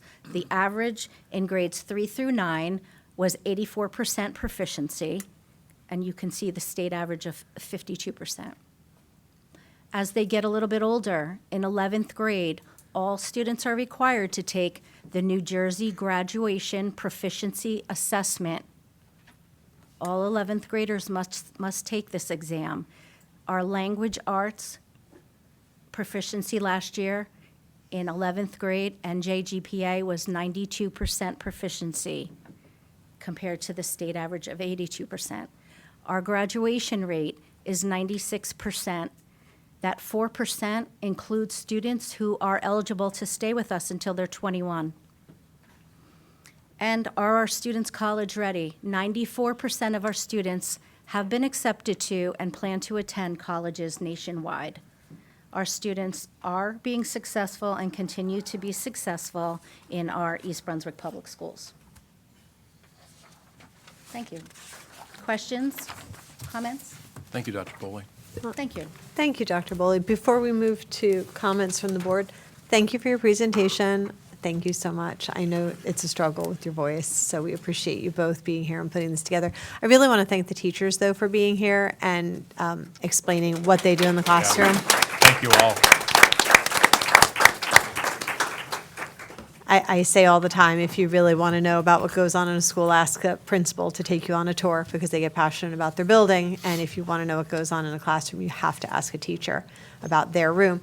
But I really want to take the teachers because I know how much energy you brought to it really early this morning to still be here doing this now. So we appreciate you. Any comments or questions from the board? Colby? I'd also like to thank all the teachers. Your passion for teaching just like completely came through tonight, and having some education experience in my past, I really appreciate that as well. I have a few questions, if you don't mind. In terms of the multiple parts of the ILA curriculum, are there any school districts that just use one curriculum and that's what they do for everything, or is this accepted practice? Sure. I mean, go ahead. Yeah. No, in my experience, districts are supplementing. There's only one curriculum that I know of at this time in the state of New Jersey that doesn't require any supplementing. A lot of other curriculum that have been recently adopted or commonly used definitely need a phonics component with them. I'll just give an example. One of the popular ones statewide is Wit and Wisdom. Art and Letters is their new one, and they actually advocate for the use of foundations as the phonics component. There's very few, one that I'm familiar with that has phonics built in. So the phonemic awareness is something that we chose to supplement because we felt like it was a building block for the phonics, but there's rarely anything that has phonics embedded explicitly and enough of it. Okay, thanks. The one curriculum that you mentioned, which seems to cover everything, is that a very popular one, or are there a lot of school districts using it? The Wit and Wisdom program? I'm guessing that's what you're referring to. Some districts are, Mhm. and some districts are using units of study, and some districts are using other programs. Okay. Let's see, in terms of the units of study being the primary component of the ILO curriculum, do teachers have the freedom to implement the other components as they see fit for their classroom, or is there a more strict guideline in terms of what can be done across the school district? It is a scripted program. Yeah, so the mini lesson, which is the first 8 to 12 minutes, depending on the age level, that comes from the core spiral resource, but basically everything that happens between that and the end of the work time is at the teacher's discretion. So that's where Kristen shared some of her examples, as did Jody, about the different things that they're doing. So there's some suggestions of here, you might do a group about this if you have kids who need, I'll be more specific, you might pull a group working on blends if you have students in your class that need that, or you might do a lesson on character feelings if you have students that need that. But if your data shows you, we're good with blends, I want to do long vowels, you have the liberty and really the empowerment to make those decisions as long as they're backed in your data. Okay, and is this the preferred method of running the reading section of the class from the teacher's standpoint? What I'm asking is, do the teachers like this approach? Actually, it's funny that you mentioned that. We've surveyed the teachers, Mhm. so we're collecting those pieces of feedback now. We'll leave that survey open a little while longer, give the teachers opportunity to share their input with us, and then we will analyze that data. Okay. One last question. If we were to get rid of the units of study curriculum today, what would the timeline be to replace the curriculum? How long would it take, and how much would it cost about? Well, that's a hard question to answer. Depends on what the new program that we would adopt would be, and the cost, and the professional development required. But it would no doubt be a significant financial commitment. Could it be implemented by the beginning of next school year, or is that an impossible If task? the resources were available, I suppose Okay. you could, but I don't. Yeah, I mean, best practice with any sort of major change, right, of instructional methodology would be to do some intense piloting work. So if we were to arrive at a decision that that was the next step we needed to take, we would advocate for, if with support of obviously the central office and the board, of doing some piloting work where we got representative teachers from across the district to work with the new curriculum, so that we could get feedback on it in real time with real students, and ensure that we get out some of the kinks of implementation so that we can be more successful large scale. I think some of the decisions that have had to be made from a budgetary standpoint, we don't have all of the supports to do something new effectively, so I think a pilot would be really critical to ensure that we're not just throwing something at teachers without the proper amount of support and understanding of the resource before expecting everyone to use it. Okay. And thanks also for coming out with the voice issues. I once had to do a pediatric ER shift with laryngitis. That was a lot of fun. Anyone else? Yes, please. I really appreciated the presentation tonight. Thank you. I do have just one question about the Tier 2 and Tier 3 opportunities for students and learning. Are the educators who are doing these types of interventions, they have certifications? For an example, Orton Gillingham, do we have different types of educational opportunities for these types of educators who are working in this more specialized type of intervention? All of the reading specialists are Orton trained, and they do have ongoing professional development. They've met with specialists in dyslexia, and they continue to keep their skills current and relevant. Oh, we're going this way? Yeah, go ahead. Go. Thank you. Thanks, everybody. And thank you, Ms. Curtis, my daughter's third grade teacher. So I'll let her know. We bumped into each other this evening. Thank you so much. No, to all the administrators and individuals a part of this, it's great information. Do we have a reading specialist in every school? Yes, we have at least one reading specialist in all 8 elementary buildings, as well as Hammersholt Upper Elementary, and then some of our schools, based on what the data dictates, have a second or 1.5. Myself, along with the Director of Elementary Education, review the data annually to ensure that we're staffing properly based on the needs of the students in the school, using localized assessment as well as the result of the NJSLA. So just as an example, we recently were able to move a specialist from Irwin Elementary School because the students were doing so well from their Tier 1 instruction that we didn't need it, and we were able to reallocate that position elsewhere where there were more students that could benefit from support. So it's pretty fluid, but the service is available across all of our buildings. That's great. Thank you. What's the average ratio of reading specialist to student? Yeah. Most reading specialists work with about 35 students. Of that, I would say about 60% is like that Tier 2, where they're typically seeing them 3 times a week. And then we do Tier 3 fluidly. So based on how that first 3 days went, let's say I'm doing that blend phonic example that I shared, I'm doing that Monday, Tuesday, Wednesday with the whole group. And then if I see that Joyce is having some trouble, as Rachel described, then I can invite Joyce to come for 2 more days where she's getting intensive support.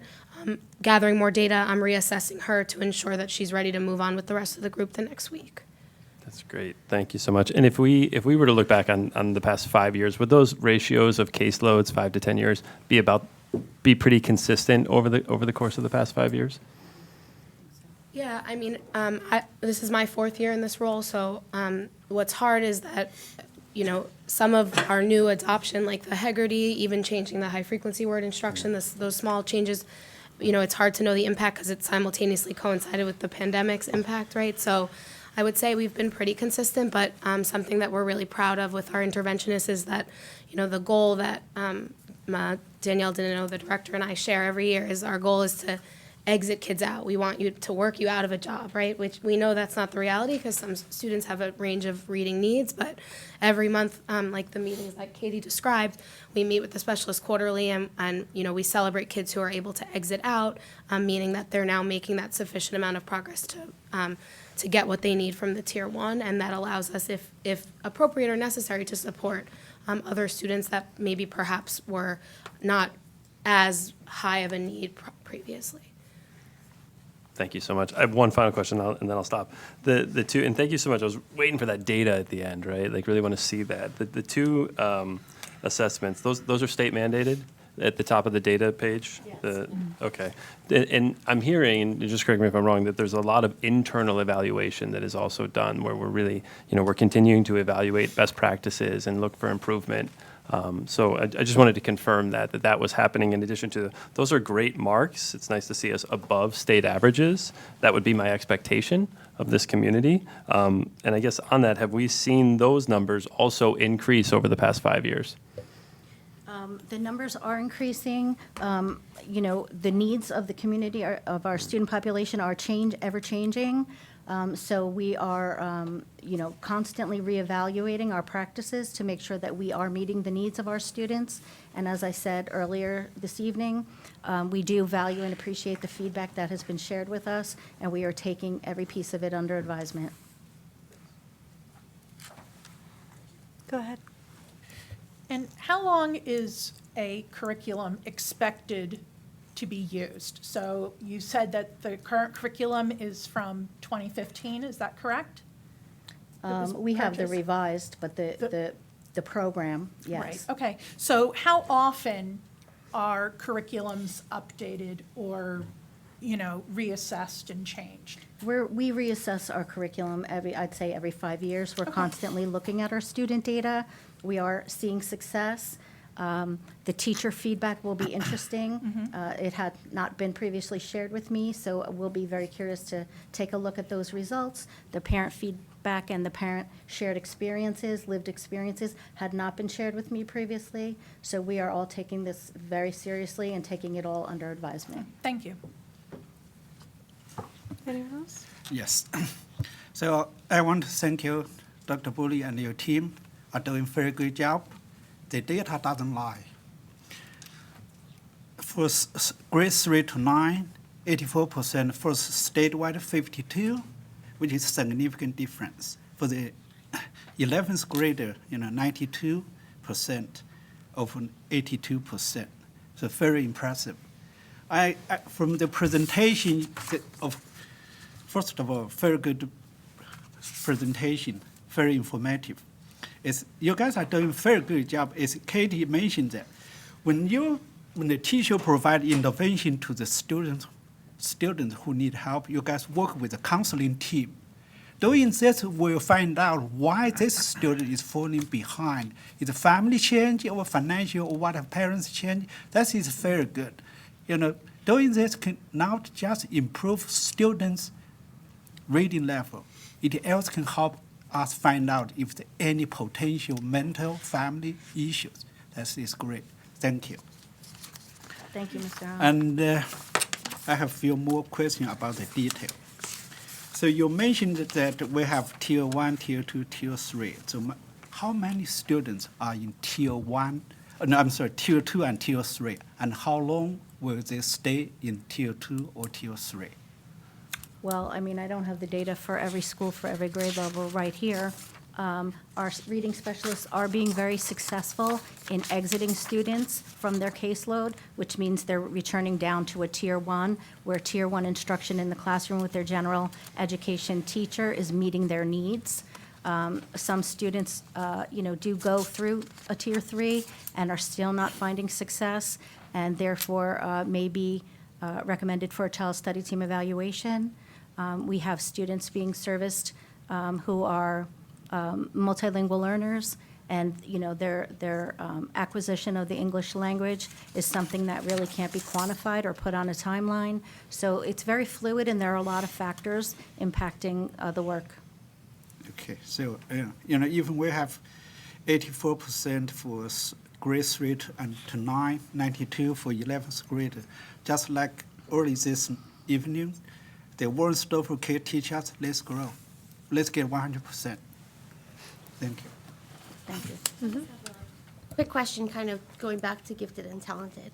I know that their gifted and talented program is evaluated as part of our QSAC score, whether or not we're in compliance or not. I know we're currently, undergoing our QSAC, but in the past, have we received any negative marks or anything against us for our gifted and talented and not being in compliance? No. Okay, thank you. Anyone else? All right, thank you so Thank much. you. Thank you, everyone.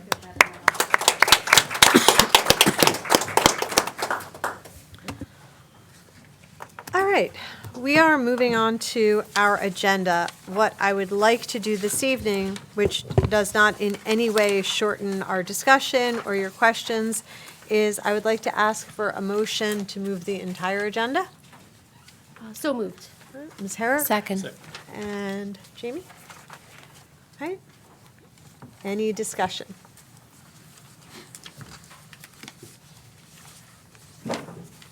No? All right, I'm assuming this is a roll call vote? Yes.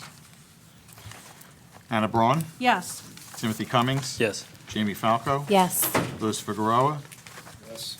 Lori Herrick. Yes. Lee Woo Hong. Yes. Lori Lax. Yes. Wilbur Pan. Yes. Heather Gloss. Yes. All right, motion carries. We are on to committee reports, information items, and for the good of the cause of the board. But we are starting tonight with the Financial Committee of the Whole. Yes.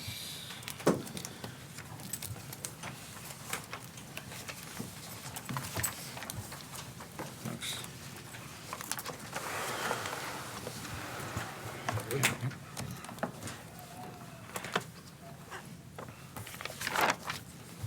So, I wanted to begin with a little bit of information that was published yesterday.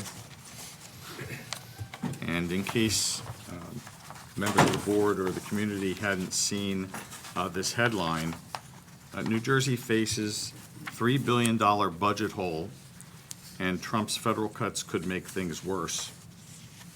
And just part of one sentence in the introductory paragraph, New Jersey is currently staring down a more than $3 billion structural deficit as Governor Phil Murphy prepares to unveil his next and final state budget proposal this month. That proposal is slated for the end of the month. I believe it's February 25th. The interesting thing, I think, and sadly, regarding a headline like this is it's kind of the preparation for what we might expect in terms of state aid. As we've been talking about not knowing what state aid will be, this headline does not bode well. So I thought that's an important thing to note. I want to share a communication that we received from the Department of Education. So just give me a moment here.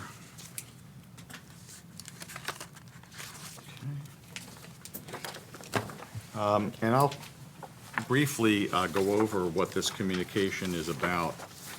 One of the revenue sources that the district and all districts have in their general fund budget is semi-reimbursement revenue. SEMI is the Special Education Medicaid Initiative. And we have done a lot of work. We do a lot of work annually through the child study teams, administratively, in trying to maximize the amount of revenue that we receive back from the state and ultimately from the federal government. We do all the work, we get the least amount of share of money. And that holds true for every school district. To give you a little bit of an example, We generated in fiscal 2023, $176,000 in revenue. That was a small portion in comparison to what the state gets to keep versus what the federal government keeps. In fiscal year 2024, we generated $122,000 in revenue. And in fiscal year 2025, because of the additional efforts that we had identified necessary to increase that revenue stream, we had budgeted $331,000 in revenue. As a result of an analysis that was done at the federal level, the federal government is reducing the amount of payment for various services provided. So that ultimately reduces what we would be able to budget for revenue. The state just opened up the budget system for us for next year's budget, and they populate what that budget amount is for revenue. That number for fiscal year 2026 is $38,000. That's nearly a $300,000 reduction from what we've budgeted in the current year for an estimated revenue amount. You'll see on page 3 of the document I distributed, and this is overall, this is a memorandum that came from the Department of Education. And there has been a lot of activity, a lot of communication happening the last couple of days regarding the impact this has on school districts. But on page 3, you see what the rates are for paying for various services. And you'll see in the first section to the left, what are the previous payment structure. And you can see what the share is. The federal share, federal gets 50% of the share, the state gets 32.5% of the share of funds, and the district share is 17.5%. But when you look at those amounts in the previous section versus the new amounts, they're drastically less. More information to come on this, but I think from a high level, it's important to note that this is a revenue area that will not bode well as we're developing this budget. So, and just as a point of reference in terms of how many Medicaid eligible students we have, out of approximately 1,400 special education students, 347 are Medicaid eligible. And I said earlier that we do all of the work for the least amount of money, and that is true because the school districts must do a lot of the work related to validating the services that are being provided in order to be able to submit for reimbursement of Medicaid eligible costs. And that amount is going to be substantially less. I would guess that the effort involved will cost more than the revenue generated for this next year. And this is something we talked about. And if I can add Sure, one more thing, go I'm ahead, sorry. go ahead. It's not optional for us. Right, I was going to say that. Because if you look at the first page of that memorandum, the third paragraph, under New Jersey Administrative Code, failure to maximize special education Medicaid initiative requires districts with more than 40 semi-eligible students to participate. I mentioned that we have 347 Medicaid eligible students right now. So we don't have a choice. We must participate.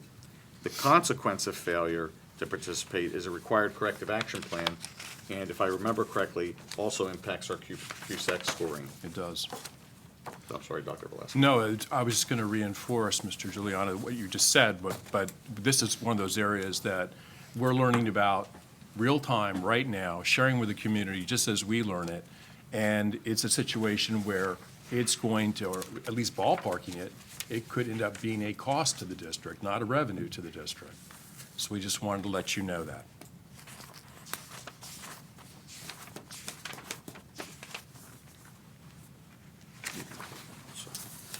Okay, handing out another document here.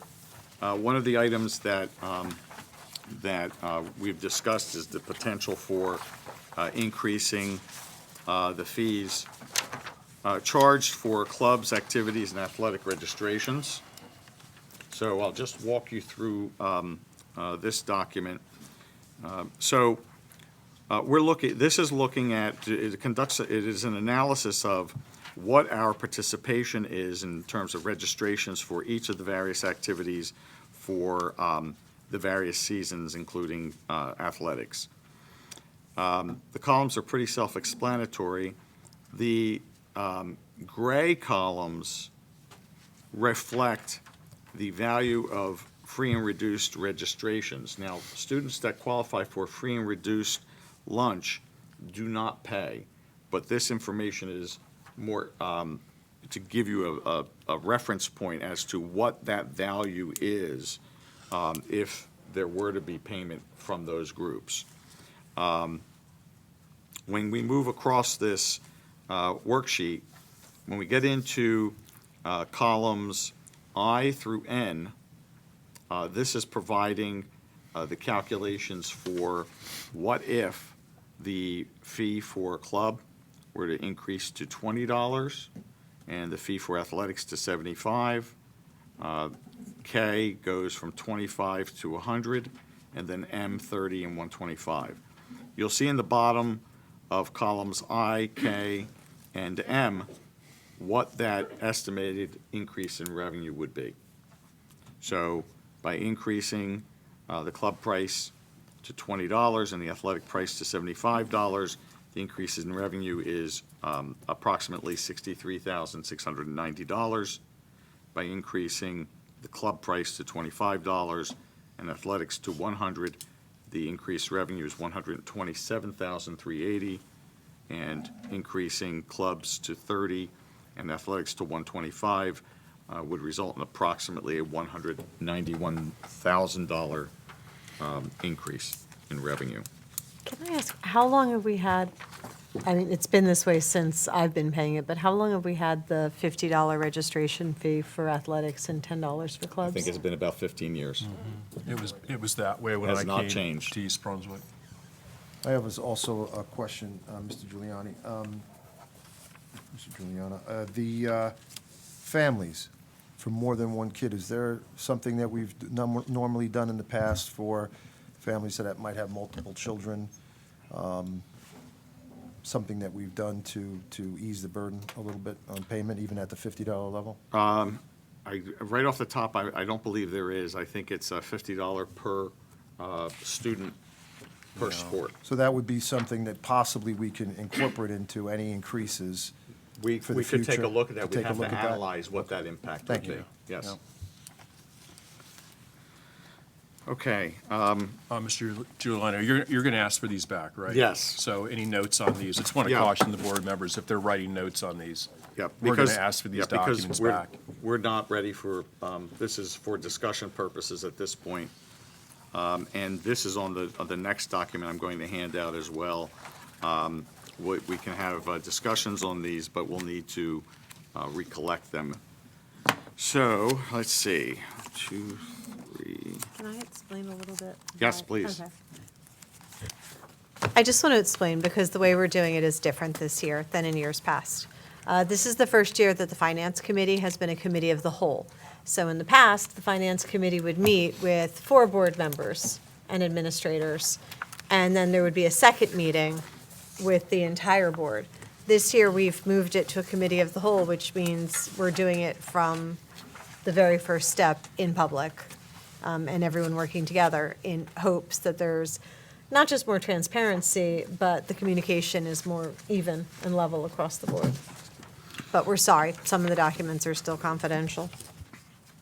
So, on page 1, and if you flip through the entire document, you will note that the last 2 pages, that would be 11 and 12, are not included in the packet because, on advice of counsel, because the positions that we'd be talking about are so specific that we really can't have that discussion in a public setting. However, I want to quickly go through the page 1 summary of each of the areas, and we are covering adjustments to the elementary school hours in terms of how late the schools would be opened after 6:15. In other words, right now, we are open later. We have access to the buildings later. This first recommendation is that the buildings at the elementary level would close at 6:15. What that means is that while typically there would be requests for use for meetings, could be the scouts, it could be PTAs and so forth, we would provide for access to at one of the 3 upper schools to be able to have meetings at those facilities because they would remain open later. If there was an event that needed to occur at the elementary level within the home school, in that case, there would have to be a fee to be able to pay for the necessary security coverage to keep the building open. To make that change, that results in approximately $335,000 savings. It doesn't reduce staff. It is simply closing the buildings at 6:15, and that is an item for consideration. The next item on this list is summarized as grades 5 to 6 enrollment. That is, our staffing patterns in our schools are driven by enrollment, and because of the change in the 5-6 enrollment projected for next year, there is a slight decline in that.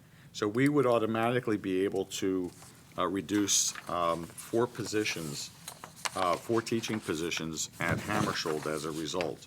And we typically do this automatically at the elementary level. The budget already reflects that at the elementary K-4 level.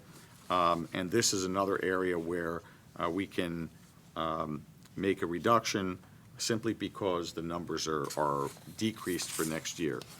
This particular segment is worth approximately $382,000. The next item is on special education, and this is not to reduce services. This is related to, as I mentioned, for the grades 5-6 segment, related to the movement of our special ed enrollments and who requires services and who would not for the next year.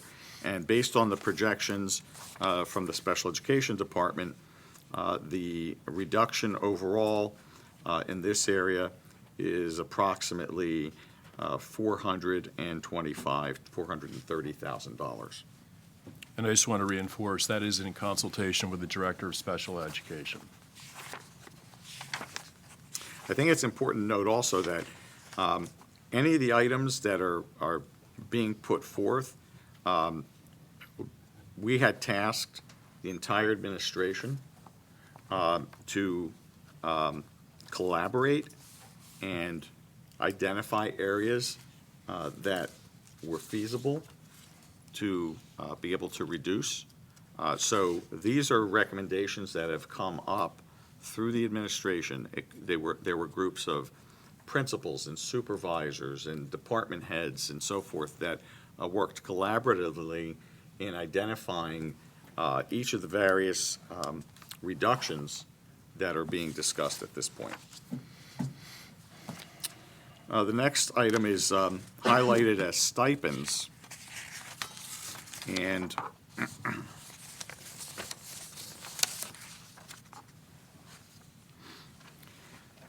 if you go to page 5, just quickly go through this.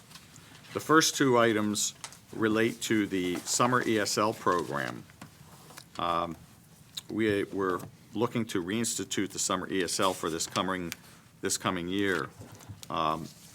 This would eliminate that program for the summer of 2025. That amount combined, and these are stipends paid to staff to run those programs, Dr. Boley, I believe that's a 5-week or 6-week program. So that is approximately $156,000. And then a recommendation from the high school is the removal of Saturday detentions and reevaluating the code of conduct to determine what would be a better way to address discipline as opposed to having Saturday detentions, which, if I recall correctly, Dr. Valesky, was not being found to be effective. No, it's not effective. That reduction is $2,800. I don't even know how to explain it anymore. It's not effective. So the total related to those areas is approximately $158,568. The next is categorized as non-personnel, and I think that if we go to page 6, I'm going to go through the rows 5 through 8 to begin with, because those are not emotional in any way. Elimination of student agenda purchases, elimination of a Naviance program for Hammersholt, not Naviance overall, just Hammersholt. A Naviance access at Churchill, and a Canvas training portal. Based on the recommendations that have come up from administrators, those 4 areas would be eliminated. The one item on row 4 is the elimination of the Fairview trip. Right now, we are running the Fairview trip not as we had previously, but the Fairview trip on its own is $101,500, and that would need to be a consideration for the board. And also in discussion is parent, or at least parent advocacy to investigate fundraising for Fairview. So I want to put that on the table too. So that discussion is ongoing, because certainly there have been, and I understand the value of students going to Fairview and having that experience. But the overnight experience versus the day out and day back experience is much more expensive and almost impossible to supervise at this moment in time. The next category is elementary specials. This would involve the realignment of teaching assignments and restructuring of the elementary schedules. And this would result in a reduction of 4 full-time positions and 3 part-time positions. Net impact on this area is just over $500,000.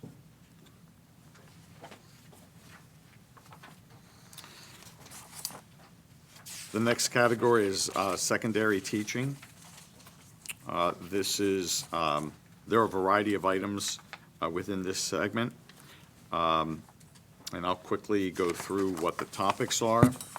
A position reduction, not replacing a retiring teacher, which would require the institution of 6-period teaching assignments, but that is one of the items that's on the list. Eliminating the co-teaching model in honors music. Double late-in and early-out option for eligible 12th grade seniors. Eliminating 6-period electives, 6 periods for elective classes in core content areas, which would be ELA, math, science, history. And that would be unless it's absolutely needed in order to optimize the scheduling. Eliminating Spanish electives, and looking for ways to optimize the general ed study skills. In total, these groupings are in excess of $300,000.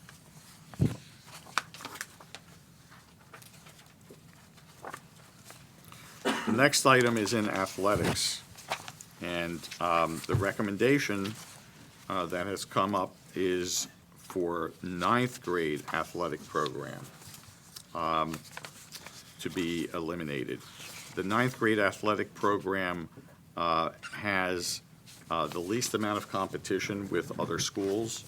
Ninth graders would be able to try out for the JV or varsity teams, so there are opportunities for those students.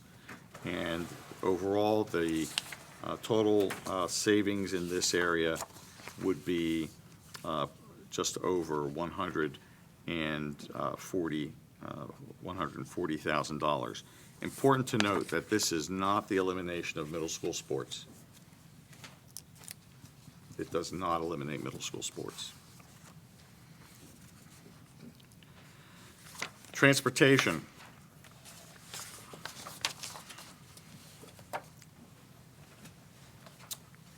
First item on the list is with regard to graduation and not providing buses for graduation, where parents and students would be responsible for transport to and from graduation venue.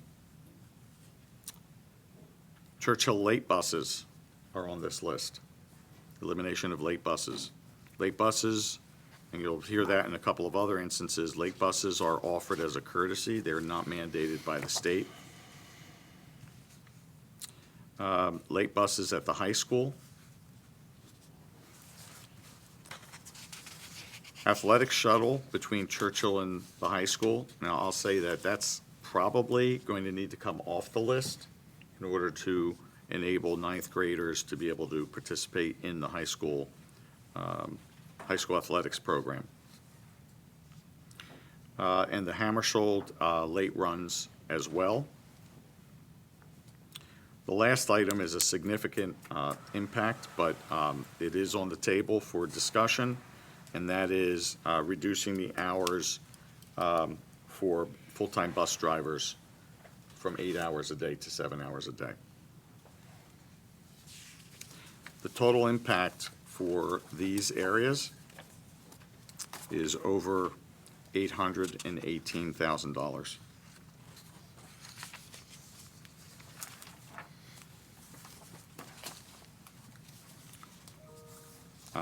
Just generally speaking, there are those couple of areas that I can't get into the details because of the positions are easily identified to individuals, but the additional savings as a result of those, and we would discuss those in another venue, but the additional savings resulting from those is over $760,000. So in total, with all of these items, these come out to $3,959,919. Still short from the numbers that we had talked about. And just as a reminder, when we discussed the range, I just want to pull up my worksheet from the last board meeting. But the range was between $5.8 and $7.8 million. So just on the low end, and that's presuming state aid remains unchanged, just from the low end, we're still roughly $3.9 million short. Mr. Giuliano, if I may, will the board be privy to the suggested or recommended cuts that the administration made? I think you mentioned supervisors and principals had made recommendations about potential possible cuts. They're all included in here. That's, so they're. All of their recommendations are all incorporated in here. Thank you. Most of what you see here came through the administrative process. Yeah, like collaboration. Right. Dr. Figueroa, just to note though, there are two last pages that I recommended, page 11 of 12 and 12 of 12, to not be handed out, because they're more specific. You guys would have to write the potentially affected employees and discuss that in closed session. Okay, that's what I'm looking for. At a future date, this is just, but it gives you an idea of the areas. Thank you. Mr. Giuliano, can you restate for the public how much bank cap is already included in this calculation? Yes. So,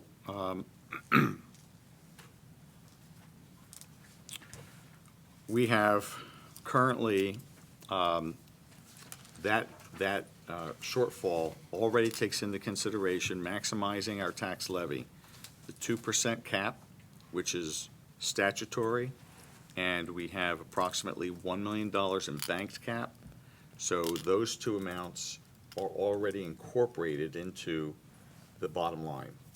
So even with the increase in the tax levy, we still have that shortfall. And just as a reminder, the tax levy doesn't cover salary and benefits, the increase in salary and benefits.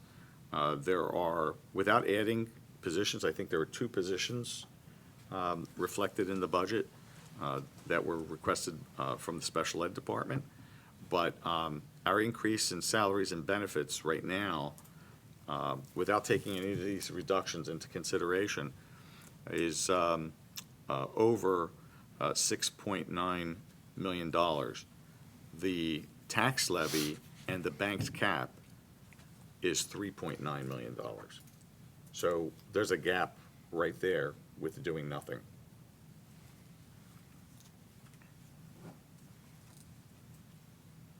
So this is a work in process. We will continue to work. We have made progress, but we still have a ways to go. And it's getting tougher as we go. But we wanted to update the board with where we are at this point in time. We committed to doing that, being transparent with that. But as Mr. Giuliano said, in our conversations with legislators, our conversations with anybody at the state level, we're not getting any hope that we are going to see anything other, at the best case scenario, flat funding from last year. But we are fearful that that funding may be reduced. We just don't know yet, and we won't know until the last minute. We're going to do this. You want to put these down?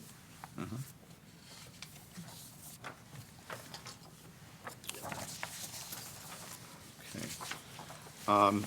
Without getting into details, but providing a high-level piece of information here, questions concerning Bound Monroe, and there's no, we're still analyzing. I'm sorry, I think I gave one too many out. So, what's the impact of Bound Monroe if Bound Monroe were to be repurposed? I don't want to say closed, but repurposed. And when I say repurposed, we've discussed the potential of reutilizing the facility to expand the ELA program. That's the Early Learning Academy. Which is a revenue generator. It is a revenue generator. So, based on the rough estimates of opening additional ELA classes at that facility, that would generate net income of roughly $578,000, and that is only based on the waiting list that we currently have. Strictly the waiting list. If we were to be able to maximize every seat that is available throughout the district, then that has the potential to go up to $878,000. Now, from those amounts, we have to also net out of that the cost associated with having a nurse, which would be paid out of that program, having a custodian for the facility, and having security. Those costs would be paid out of that program. So on the very conservative side, it could generate over $350,000 in revenue, and the savings from certain key positions from the building, this is not everything, but certain key positions, is an additional $760,000. So in total, this is about a $1.1 million impact to the good for bottom line on the budget. And just to restate, the numbers Mr. Giuliana stated was about the totals did not include this analysis, correct? Oh, that's correct. That was not in the Yeah. other summary that I So provided. this is addition to, and still in deliberation. That's at max capacity. No, that is not. That is Waiting not at list max. only. There's room for that to be more, but I think without having even the initial experience of opening that up, I think it would be ill-advised to try to budget for the maximum revenue. Right. And not knowing what that would be. I think it's comfortable knowing that we have a waiting list and we can accommodate that waiting list and generate $350,000 in net revenue to go to support the general fund budget. That would be the thing to do. If that were the case, that would mean that ELA at every other school would not exist. No, currently would remain. It would remain. This is an addition to. Expansion. Thank you. And I want to say publicly too, because I know the concern about providing an option about closing Bound Monroe or repurposing Bound Monroe is what will happen to the students, what will happen to the teachers. And we're looking at those options right now because we want to make sure that we keep, to the greatest extent possible, those students together if we can. That's an option we're hoping to look at. It's not our intention to spread children throughout the district. I'm not saying that's not what might happen. That's not our intention. And so I wanted to be clear about our objective in looking at this and what we're trying to achieve. We don't have those answers yet, but that's what we're working toward. Quick question. The last sentence where it says, if every available ELA seat through the district is filled, what's the probability of success in terms of hitting that mark? Do we think we're going to be able to hit it, or is it? I can't give you a statistical probability on Oh, that at this point. ballpark. This is, Yeah, I'm not going to okay. do that. All right. Because I'll be held to it. And I'm not going to do that. I don't think we could even be able to guess that number until we were able to do phase one. And phase one would be open up the additional opportunity for the waiting list and then see what else we can garner once the space is available. Because the word gets out. If folks know that we don't have space, they may not even be applying. The other option too, Mr. Pan, is that, our community members may decide they don't want to go to Bound. It's not their home school. So they want the ELA program in their home school. So they might choose not to fill a seat based on that decision, so. Okay, thanks. I wanted ELA in my home school, and when it moved to Hammersholt, I still went to Hammersholt. It's a good program. Could you explain, because someone had said during the Good of the Cause, that the idea of repurposing Baum, closing Baum, would just be, firing all of the Baum Monroe teachers. Could you explain, I know we discussed this also yesterday, that's Right. not actually, I am uncomfortable with the idea of firing or reducing jobs of any teachers. Correct, and I don't want to give specifics, but that's not our intention with the purpose of repurposing Bound. That's not the intention. But I'm just hesitant to give a public statement that might not be accurate in a week or two. I'm not trying to scare anybody, I just don't want to give that information in public because it could be We don't utilized know in what other it'll be ways. yet. Yes. But the numbers that I just went through regarding Bound Monroe are exclusive of the K-4 teaching staff. So it does not include teaching positions, so just so that we understand that. So I have a question. It doesn't include the reduction. It doesn't include the reduction Yes, of yes. K-4 teaching staff. Right. So if Baum is repurposed, what kind of impact will have to the class size? We don't have that analysis complete yet, Mr. Hahn. Okay. And So we wanted to share with the board that we had begun the analysis, that this was not something that, because we have been challenged by members of the community that we haven't thought through this. We have. But we wanted to share to the point that we can what we've done so far. And I wanted to make sure that everyone understands the board has made no decision about any of this. And I think it's important, just as a reminder, that that information will be driven by the redistricting study that's underway to give us the data related to numbers of students at each location, what that might look like for each of the elementary schools, and also keeping in mind that there are at a number of our schools classrooms that are currently not occupied. So that would, we expect, would be able to assist in taking on the additional students that would be redistricted out of bound. We have a question. When do you expect that data to be available about the redistricting? I will ask to see what their timeline is, but we're not going to have that prior to, certainly not before adopting a tentative budget. Okay. That is for certain. I can share with you that I was in communication with them today, providing them supplemental information regarding our building utilization for the elementary schools. So they're analyzing that. They want to do site visits, so I'm waiting to hear from them as far as when that might be scheduled. But it is a work in progress. Okay. I have just want to address some other community members' concerns. We hear that we should have planned for this, or that we knew it was eventually coming.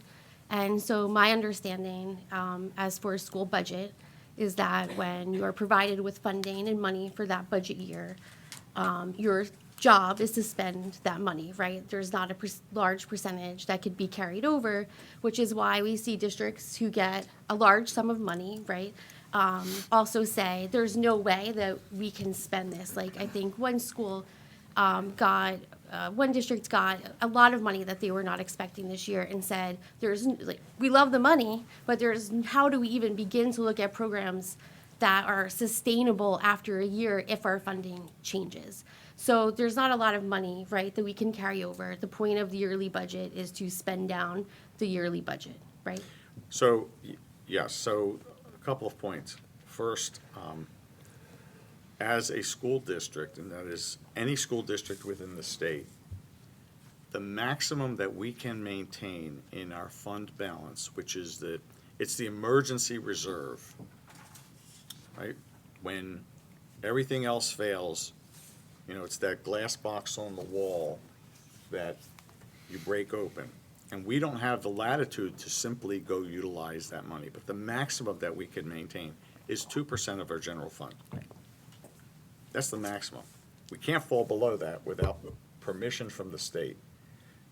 So I would never recommend that we go to that and try to utilize that money, because if things really were to go, some catastrophe during the course of a year happens, we would need that resource.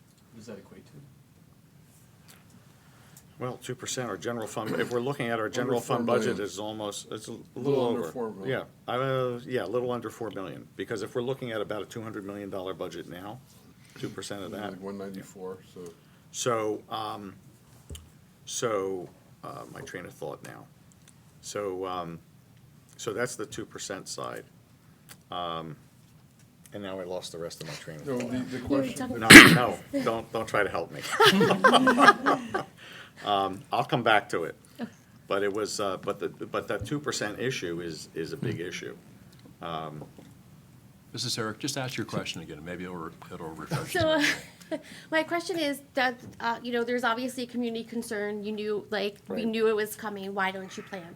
But the thing is that we're not allowed to hold that money, right? We're given a yearly budget by the state, by our federal means, by the revenue that we bring in. We have to spend a certain amount of that. We can't just say, oh, we expect to get a cut next year. Let's put it in the bank, and it can sit there until next year when we're cut. that's not a possibility. It's not a possibility. We don't have, oh, and the other portion this is what I was going to talk about. So we already generate a certain amount of revenue from unexpended funds. We know we're not going to, or we hope, we're not going to spend every last dollar in the budget. There has to be something remaining. If we're spending every last dollar, then that's a problem because there's no buffer. So how do we not spend that every last dollar? Well, we work on our contracts for services. We hope for improved health benefit experience. Perhaps our workers' comp costs are not as high as what might be budgeted. So there are a variety of things. Breakage, employees who retire during the course of the year and their replacements come in at a lower salary amount. Folks that perhaps switch health plans from maybe a family plan to a lesser plan because of changes in circumstances. On the other side, we have those that go the other way, where they may have a single or a employee and partner plan and have grown a family, and now the other side of that coin flips. But we generate a certain amount of revenue each year or unspent money that goes to support the subsequent year's budget. We've been pretty consistent with what that is. The danger in overestimating that amount for a subsequent year is that, one, if you don't generate that money when you close out the year, you already have a structural deficit in the subsequent year. Second, that might work for 1 year, but then what do you do with the second subsequent year after that, or the third?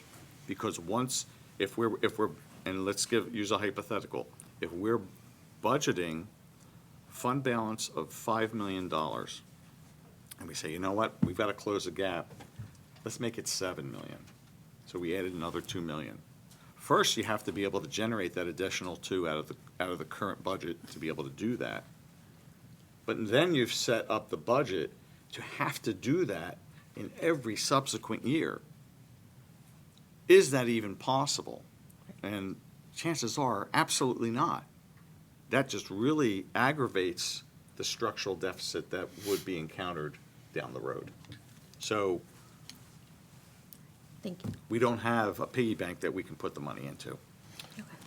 Mrs. Eric, I just wanted to tell you, one of the things we did after last year's budget was when we had a position to organically leave the district, retirement, resignation, we started looking at every position and whether or not we needed to refill that position. We went through that process all through the year to make sure that and that didn't impact anybody because those people had already left. But we went through that process too. Yes, thank you. I do this only because I know I was not here for the public portion of our last meeting. And so I know that there are also questions about, what have we done? And I want to just address that as well. Many board members up here have attended meetings with legislators. We have advocated on behalf of the kids in our district as well as the kids in other schools and other districts because it's happening all around us for cuts.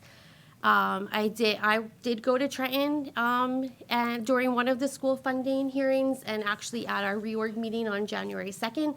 I provided the dates for the school funding testimony as well as the date for the written comments. And I said that if anybody had any questions, they could reach out to Dr. Valesky, and he was more than happy at that time. He said, of course, we went over a few things that I thought were important for people to know regarding what else we were looking for regarding our school funding. And it's not just the changing the formula, right? Because a lot of us that have been up here that for a few months know that with meetings through legislators, they were not looking at changing the actual school formula this year. A lot of them feel that it works for the majority of districts and that maybe there needs to be some overall tweaks. But even last week, there were quite a few of us as board members that were on a call with Senator Gopal, who's also somebody that, I've spoken to before. I know I'm not the only one. And, the new bill that they're looking at, S 3917, that does not address the actual school funding formula. It kind of just looks at more bill transparency, capping losses at 2% of the operating budget, extending the budget calendar, and then eventually they'd like to see all extraordinary special education go to the state. Senator Gopal's also wanting to see more consolidation of districts with low enrollment and eventually look at charter schools. But I will also say this. The funding is not something that's just here. I mean, I sat through hours of testimony, and some of the towns that were brought up here, I won't repeat it, but I watched people from other school districts talk about how they've gotten rid of late buses. They've had to close schools. They put the tax increase to 9.9% last year when it was allowed. They have cut bands, they have cut out clubs, they have eliminated 250 positions, they've closed school. Another school has closed in another town. There's a bunch of school districts that call themselves the biggest losers, and that was South Brunswick, Old Bridge, Lenape Valley. And Scott Fetter talked about how they were the biggest losers and that East Brunswick and other towns were the newest losers. Monroe, our neighbor, they don't even offer full-day kindergarten. They can't get a grant for preschool. They had a problem with one of their schools. They couldn't pay to have the school fixed, so their town council had to give them money because the state wouldn't help them pay. They had to replace a boiler. So their town council voted to give the school, the elementary school, money to fix it. They just did a new high school years ago, and it was over capacity the day it opened. So we have all of these districts around us and throughout the state.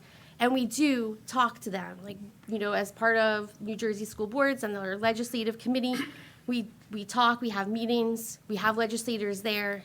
We're trying to let them know. Even Dr. Valesky was on last week with Senator Gopal.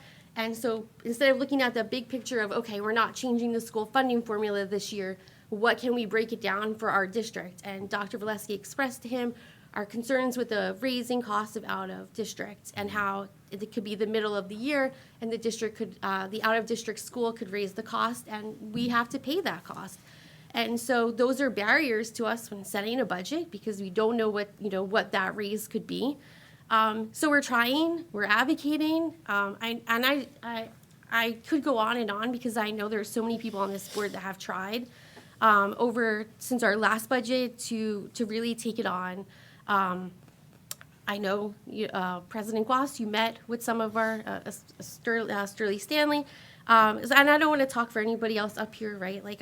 We all share the accolades, and we all are trying to work together to fix what we can. But it's like if it's not money that's there, how are we getting it? One of the things that you mentioned was that proposed bill to capping the loss Yeah. to 4% of the operating budget. 2%. 2%. Oh, 2%. Yeah. 2% of the operating budget. If we're looking at our budget for next year, it's $4 million. Right. We can't afford that kind of a loss. That does nothing for us. That's devastating. Absolutely devastating. So that's not a help. No, I'm just saying. I- I mean, it may sound like, as a talking point out there, well, we're going to cap the loss, but when you look at what our operating budget is at almost 200 million, 2% of that is $4 million. We can't sustain that. We're already dealing with having to close a gap based on a loss of state aid that's nowhere near that, or flat state aid. I totally, absolutely agree. And this is not Lori Herrick saying this, but this is the Understood. senators, the people that I'm talking to say, Understood. well, you're from East Brunswick. And if you want to continue to have the programs that you have and provide the education that you have, then the residents of your town should be willing to put up that money. And this is not Lori Herrick. But this is But the fallacy. that is- right. But here's the fallacy in the statement when legislators say that you should be able to put up the money. Right. From where? Because first of all, to what extent do we tax the community? And the ability to do that doesn't really exist. Right. When there's a cap. A cap at 2%. So Yes, I know. that's a fallacy. And this board traditionally has been resistant, not only reluctant, but resistant to raise the burden on the local taxpayers. There have been situations where we've been below the 2% cap in previous years. I'd like to piggyback on Lori's comments about the meeting that we had with Senator Gopal. I was on that meeting too, and in the time, I've been trying to figure out this funding formula thing, and I ran across something that was very surprising to me. And that is in terms of how the state funds special education. The way the formula works is that the state assumes that every school district in the state has the same percentage of special education students. A number is generated from the total student population, and they say, okay, well, we think you have X number of students, and that's what generates the total amount of the aid. It's is calculated on a per student basis. East Brunswick's percentage in terms of our special education students is about 4% higher than what the state assumes. So and just to put this in numbers, the state assumes that all school districts has about 14.7% special needs kids. Our numbers is around 18.5 to 19%, depending on which year you take a look at. So what that means is that we've been given money for about 300 less special needs kids than we actually have. And we're expected to use that funding to support the needs of all of the students. I also just want to repeat a thing that Tim had mentioned last meeting, or the meeting before that. In terms of the way that we're spending money on students, we're in the middle of the pack for the school districts in our area that are like us. North Brunswick, South Brunswick, Edison, Woodbridge, us, and Monroe. We're right in the middle in terms of how much we're spending per students. So I think it's hard to make the argument that the school district has been wasting money, because we're certainly not doing it based on how much we spend per student. And arguably, we're doing more with the money that we have, given the special needs population that we have. And if you look at our outcomes in terms of education, I'm willing to put our outcomes above any of the other school districts that are in our area. So to me, the money that we're putting towards our school district seems to be a bit of a bargain. It doesn't help the problem, but I think it helps reframe the problem in terms of what we're actually looking at and what we're trying to do up here. And I think it would be good to keep those facts in mind when we're trying to work through this issue. The other thing that I want to add, and it's such a perfect segue, is that the language from the state right now is not, we talk about excellence. We want excellence in our programs, and we have worked very, very hard to maintain that for years and to build. Excellence is not the language that's coming from the state. The word that is repeated is adequacy. The state is not interested in maintaining our excellence. The state is interested in adequacy. And there was someone today who came up and said, they're trying to make us into basic schools. It feels like it's trying to be basic schools. And I would say that's accurate. From the state right now, the language seems to imply that they are looking for us to achieve mediocrity. That's right. And that we are basically being punished for doing better than that. The other thing is that we went to the state last year about the discrepancy between our actual percentage of students in special education versus the state's estimate, and asked them to look at it again. We did. And There was No change. No resolution. No. the state wouldn't consider it. All right. So last meeting, one parent questioned us, you guys are elected, what did you guys do to get money?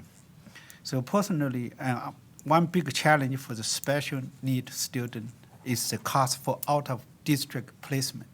Some student cost almost $200,000 per student per year, which is a very big number.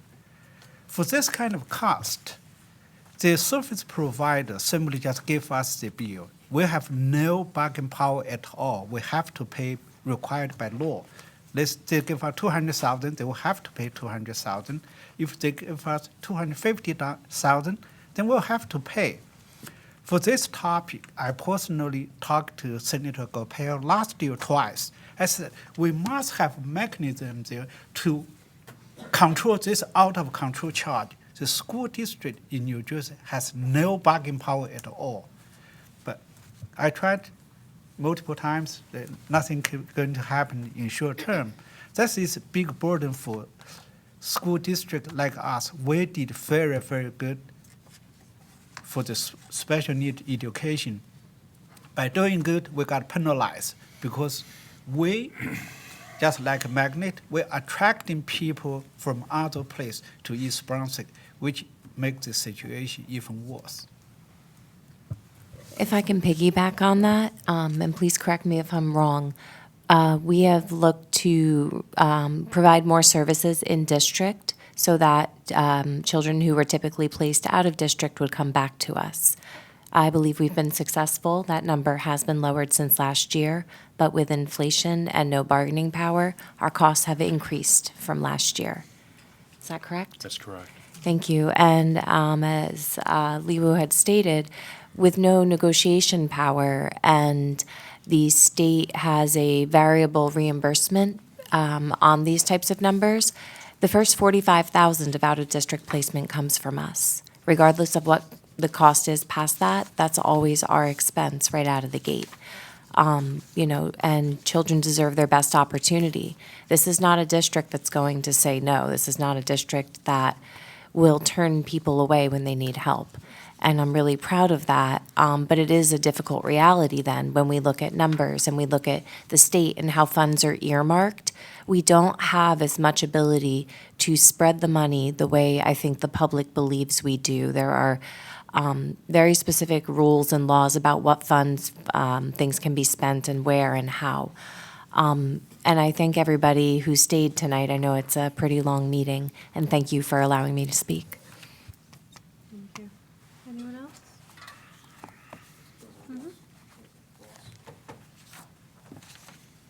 Thank you, President Goss. I'd like to tell you a good story tonight, if I may. And what I'm going to say can be said for all of our athletic programs at all levels, including our ninth grade programs. 2 years ago, an Edison teacher decided that she wanted to be part of the girls' basketball program here in East Brunswick. So our head coach, Travis Retzeloff, decided to make her his middle school basketball coach. And this young lady had played, went to school here in East Brunswick, was an all-star guard for the program. She had such a positive experience throughout her whole high school career that she went on to teaching, landed a job in Edison, is raising her family here in East Brunswick, and she wanted to give back to the program that meant so much to her. Her name is Kara Catano. She was Kara Monteseschi when she played at the high school. Under the watchful eye of head coach Travis Retzeloff, she took a bunch of young girls and transformed them into a winning team, undefeated in their first season together, similar record her second season. These girls are now freshmen and sophomores, and they're helping the varsity team win games. But that's not where the story ends. It's where it begins. These girls are part of something that they could not have attained individually. They're a team. They bleed, sweat, laugh, cry, win and lose together. When you watch them play, you are watching resilient warriors. They're tough, hardworking, focused. They don't have excuses. They don't make them. They're leaders. They win or lose, they do it together. They work together 6 days a week, if not 7 during the season, and are playing in the off-season from 7th grade through 9th grade through 12th grade. These girls also run to help each other up when one falls. And they also do that for the other team as well. They're tough, hardworking, focused. They don't make excuses. They make adjustments. They're leaders. caring to each other and to their opponents they play against. They do it as a team. These are life skills that all of us want our children to have. And they're doing this starting in 7th grade all the way up through 12th grade. And this is under the leadership and direction of our head coach and the assistant coaches and staff. Because it is a school-based, not a recreational program, these girls must keep their grades up, must stay away from trouble, and must go to school. All things that will help them become successful in the future. Because of middle school sports and high school sports, these basketball players get 6 years of program learning, belonging, and giving. There are elementary students all over this town that look up to these kids and hope to be like them when they grow up. That's what a program is, and it's from 7th to 12th grade. This is a program that these girls will remember for the rest of their lives. So tonight, I just want to take a moment to thank our middle school coach, Coach Schindel, who was here earlier, freshman coach, Coach Chupp, JV coach, Coach Warner, head coach, Coach Retzeloff, and our volunteer coach, Coach Caracatano, and all of our middle school, high school, and volunteer coaches for giving our kids and families so many great memories, memories that these kids will have the rest of their lives. Thank you, President Gloss. Well, that leads us to board member reports on committee and information items, and that leads to my notes from during the good of the cause. I do want to say that from up here, you have to understand that we're trying to both respond to what the community has asked for and reflect. I'm a sports mom. Frank Malta has given me a hard time. He kept telling me that I need to just give in and admit that I'm a sports mom. I have 3 children who play. I think somewhere around the time when my son started playing college lacrosse, he looked at me and he said, "You are a sports mom." My daughter played for Coach Sendell. My daughter, who's a senior right now, for most of her career has been a 3-season athlete, and my little one is so excited to play. We are sports people. My children have benefited from this program. We listen to people talk about how much it means to them. Us sitting here quietly listening doesn't mean we disagree. But we had promised the community that we would be transparent from the beginning about what was happening with the budget, what could happen with the budget, and where the cuts might come from, which gives the community an opportunity to come out and speak. It gives people, it's not a surprise at the last minute. We are trying to be open, transparent, and listen. So I never want anyone to think that anyone up here is thinking, oh, we don't need late buses. My kids did. Or we don't need middle school sports. I certainly loved them. My children have benefited. We are just trying to be open, transparent, and show you all the possible things that we may have to look at, and we're trying to show you from day one instead of towards the very end when it feels last hour for people to come out and speak. And I do appreciate the people that come out and speak. It is a long line here sometimes, and it is late after a long work week. So we are appreciative. Anyone else? Committee reports? Yeah. So I have a basketball story. Earlier today, I actually went over to Churchill to take in the girls' basketball game. My kids did not do sports. They sort of inherited my interest in love for watching basketball. Unfortunately, they fully inherited my lack of skill in playing it. So that's what our Churchill experience was like. But it was a lot of fun watching the girls' team. And this is what I saw. When they were working together, it was great. It was actually a pretty easy game for them. They won by about 9 points, and they were never out of, looked like they were going to lose the lead from the opening whistle. But these are the other things I saw. There was one girl who was on a breakaway and did a beautiful scoop layup, completely unnecessary, but looked awesome. But I also saw occasions where loose ball, player goes for the ball, another player goes for the ball, they're struggling for the ball, and it took them like a full 5 seconds before they realized they were on the same team.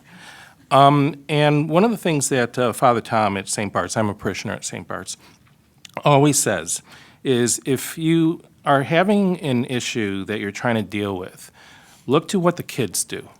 And that's been my experience in the 20 years that I've lived here in East Brunswick, is like watching our students, because they instinctively know what to do. And like I said, when the girls' team was firing on all cylinders, it was a beautiful thing to behold. When they were fighting over the same ball, not so much. They'll learn. It's fine. What does this have to do with here? Well, we have this issue that we need to deal with. And it's important to keep in mind that we are one team here. It's been pretty clear from the presentation that we have to talk about these cuts. But the school district is doing this as a team. These are coming from the ground up. It's not one person from the top dictating what's going to happen. I don't even want to try to make those calls. I don't have the experience to do such a thing.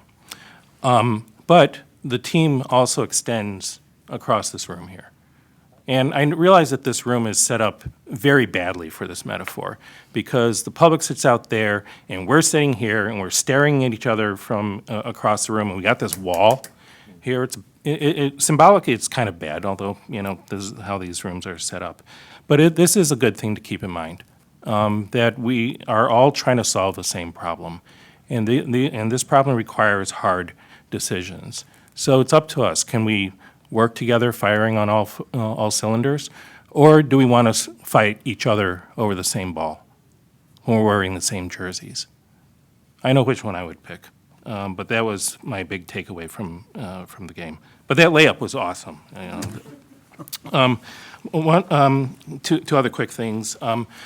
It was brought up in the public comment last meeting that the time for public comment regarding budgeting had passed in the legislature, and wasn't that bad advice that we're giving, which I continue to give, which is contact your legislators about our situation and see what they can do to fix it. The reason it's not a failure is because maybe the commenting section for that bill has passed, but there are other bills that are working their way through. We've talked about the bill that is looking to put a 2% cap, and maybe that's not going to solve our problems, but it's certainly a heck of a lot better than the alternative that might be out there.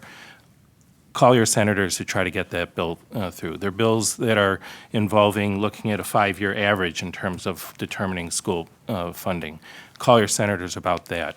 And please, call your senators about the inherently unfair way that East Brunswick has to deal with special education funding.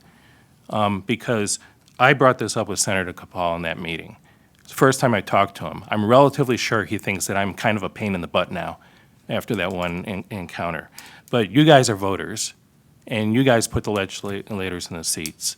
And I found that hearing that from people not directly involved with the school district is often more impactful than hearing it from me, Mr. Pain in the butt.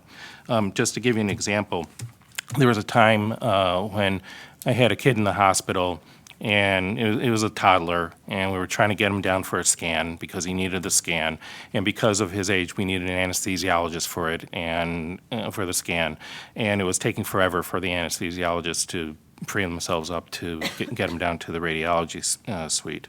And the dad and the mom were talking to me and said, what can you do? And I said, I've been calling, no one really listens to me. And I said, but here's the number for the hospital CEO's office. I never gave you this number. The parents made a phone call. The kid was down in the radiology suite in like 15 minutes. That's the difference between us talking to legislators and you guys talking to legislators. Again, keep that in mind. Last thing I just want to bring up, very short. Brunswick Square Mall has a resource fair on Sunday, March 2nd from 1 to 3 p.m.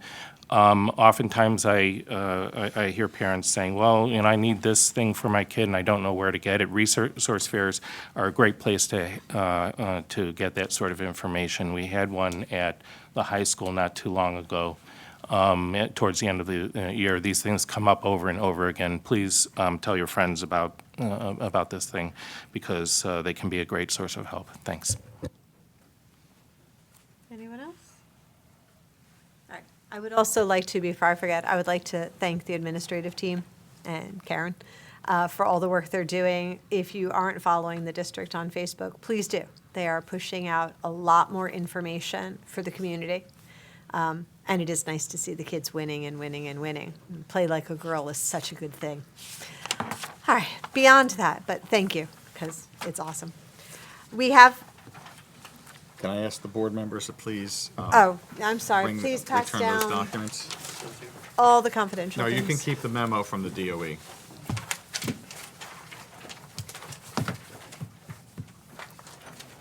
Can I read while we pass? Oh, yes, absolutely. Okay, I'm reading while we pass.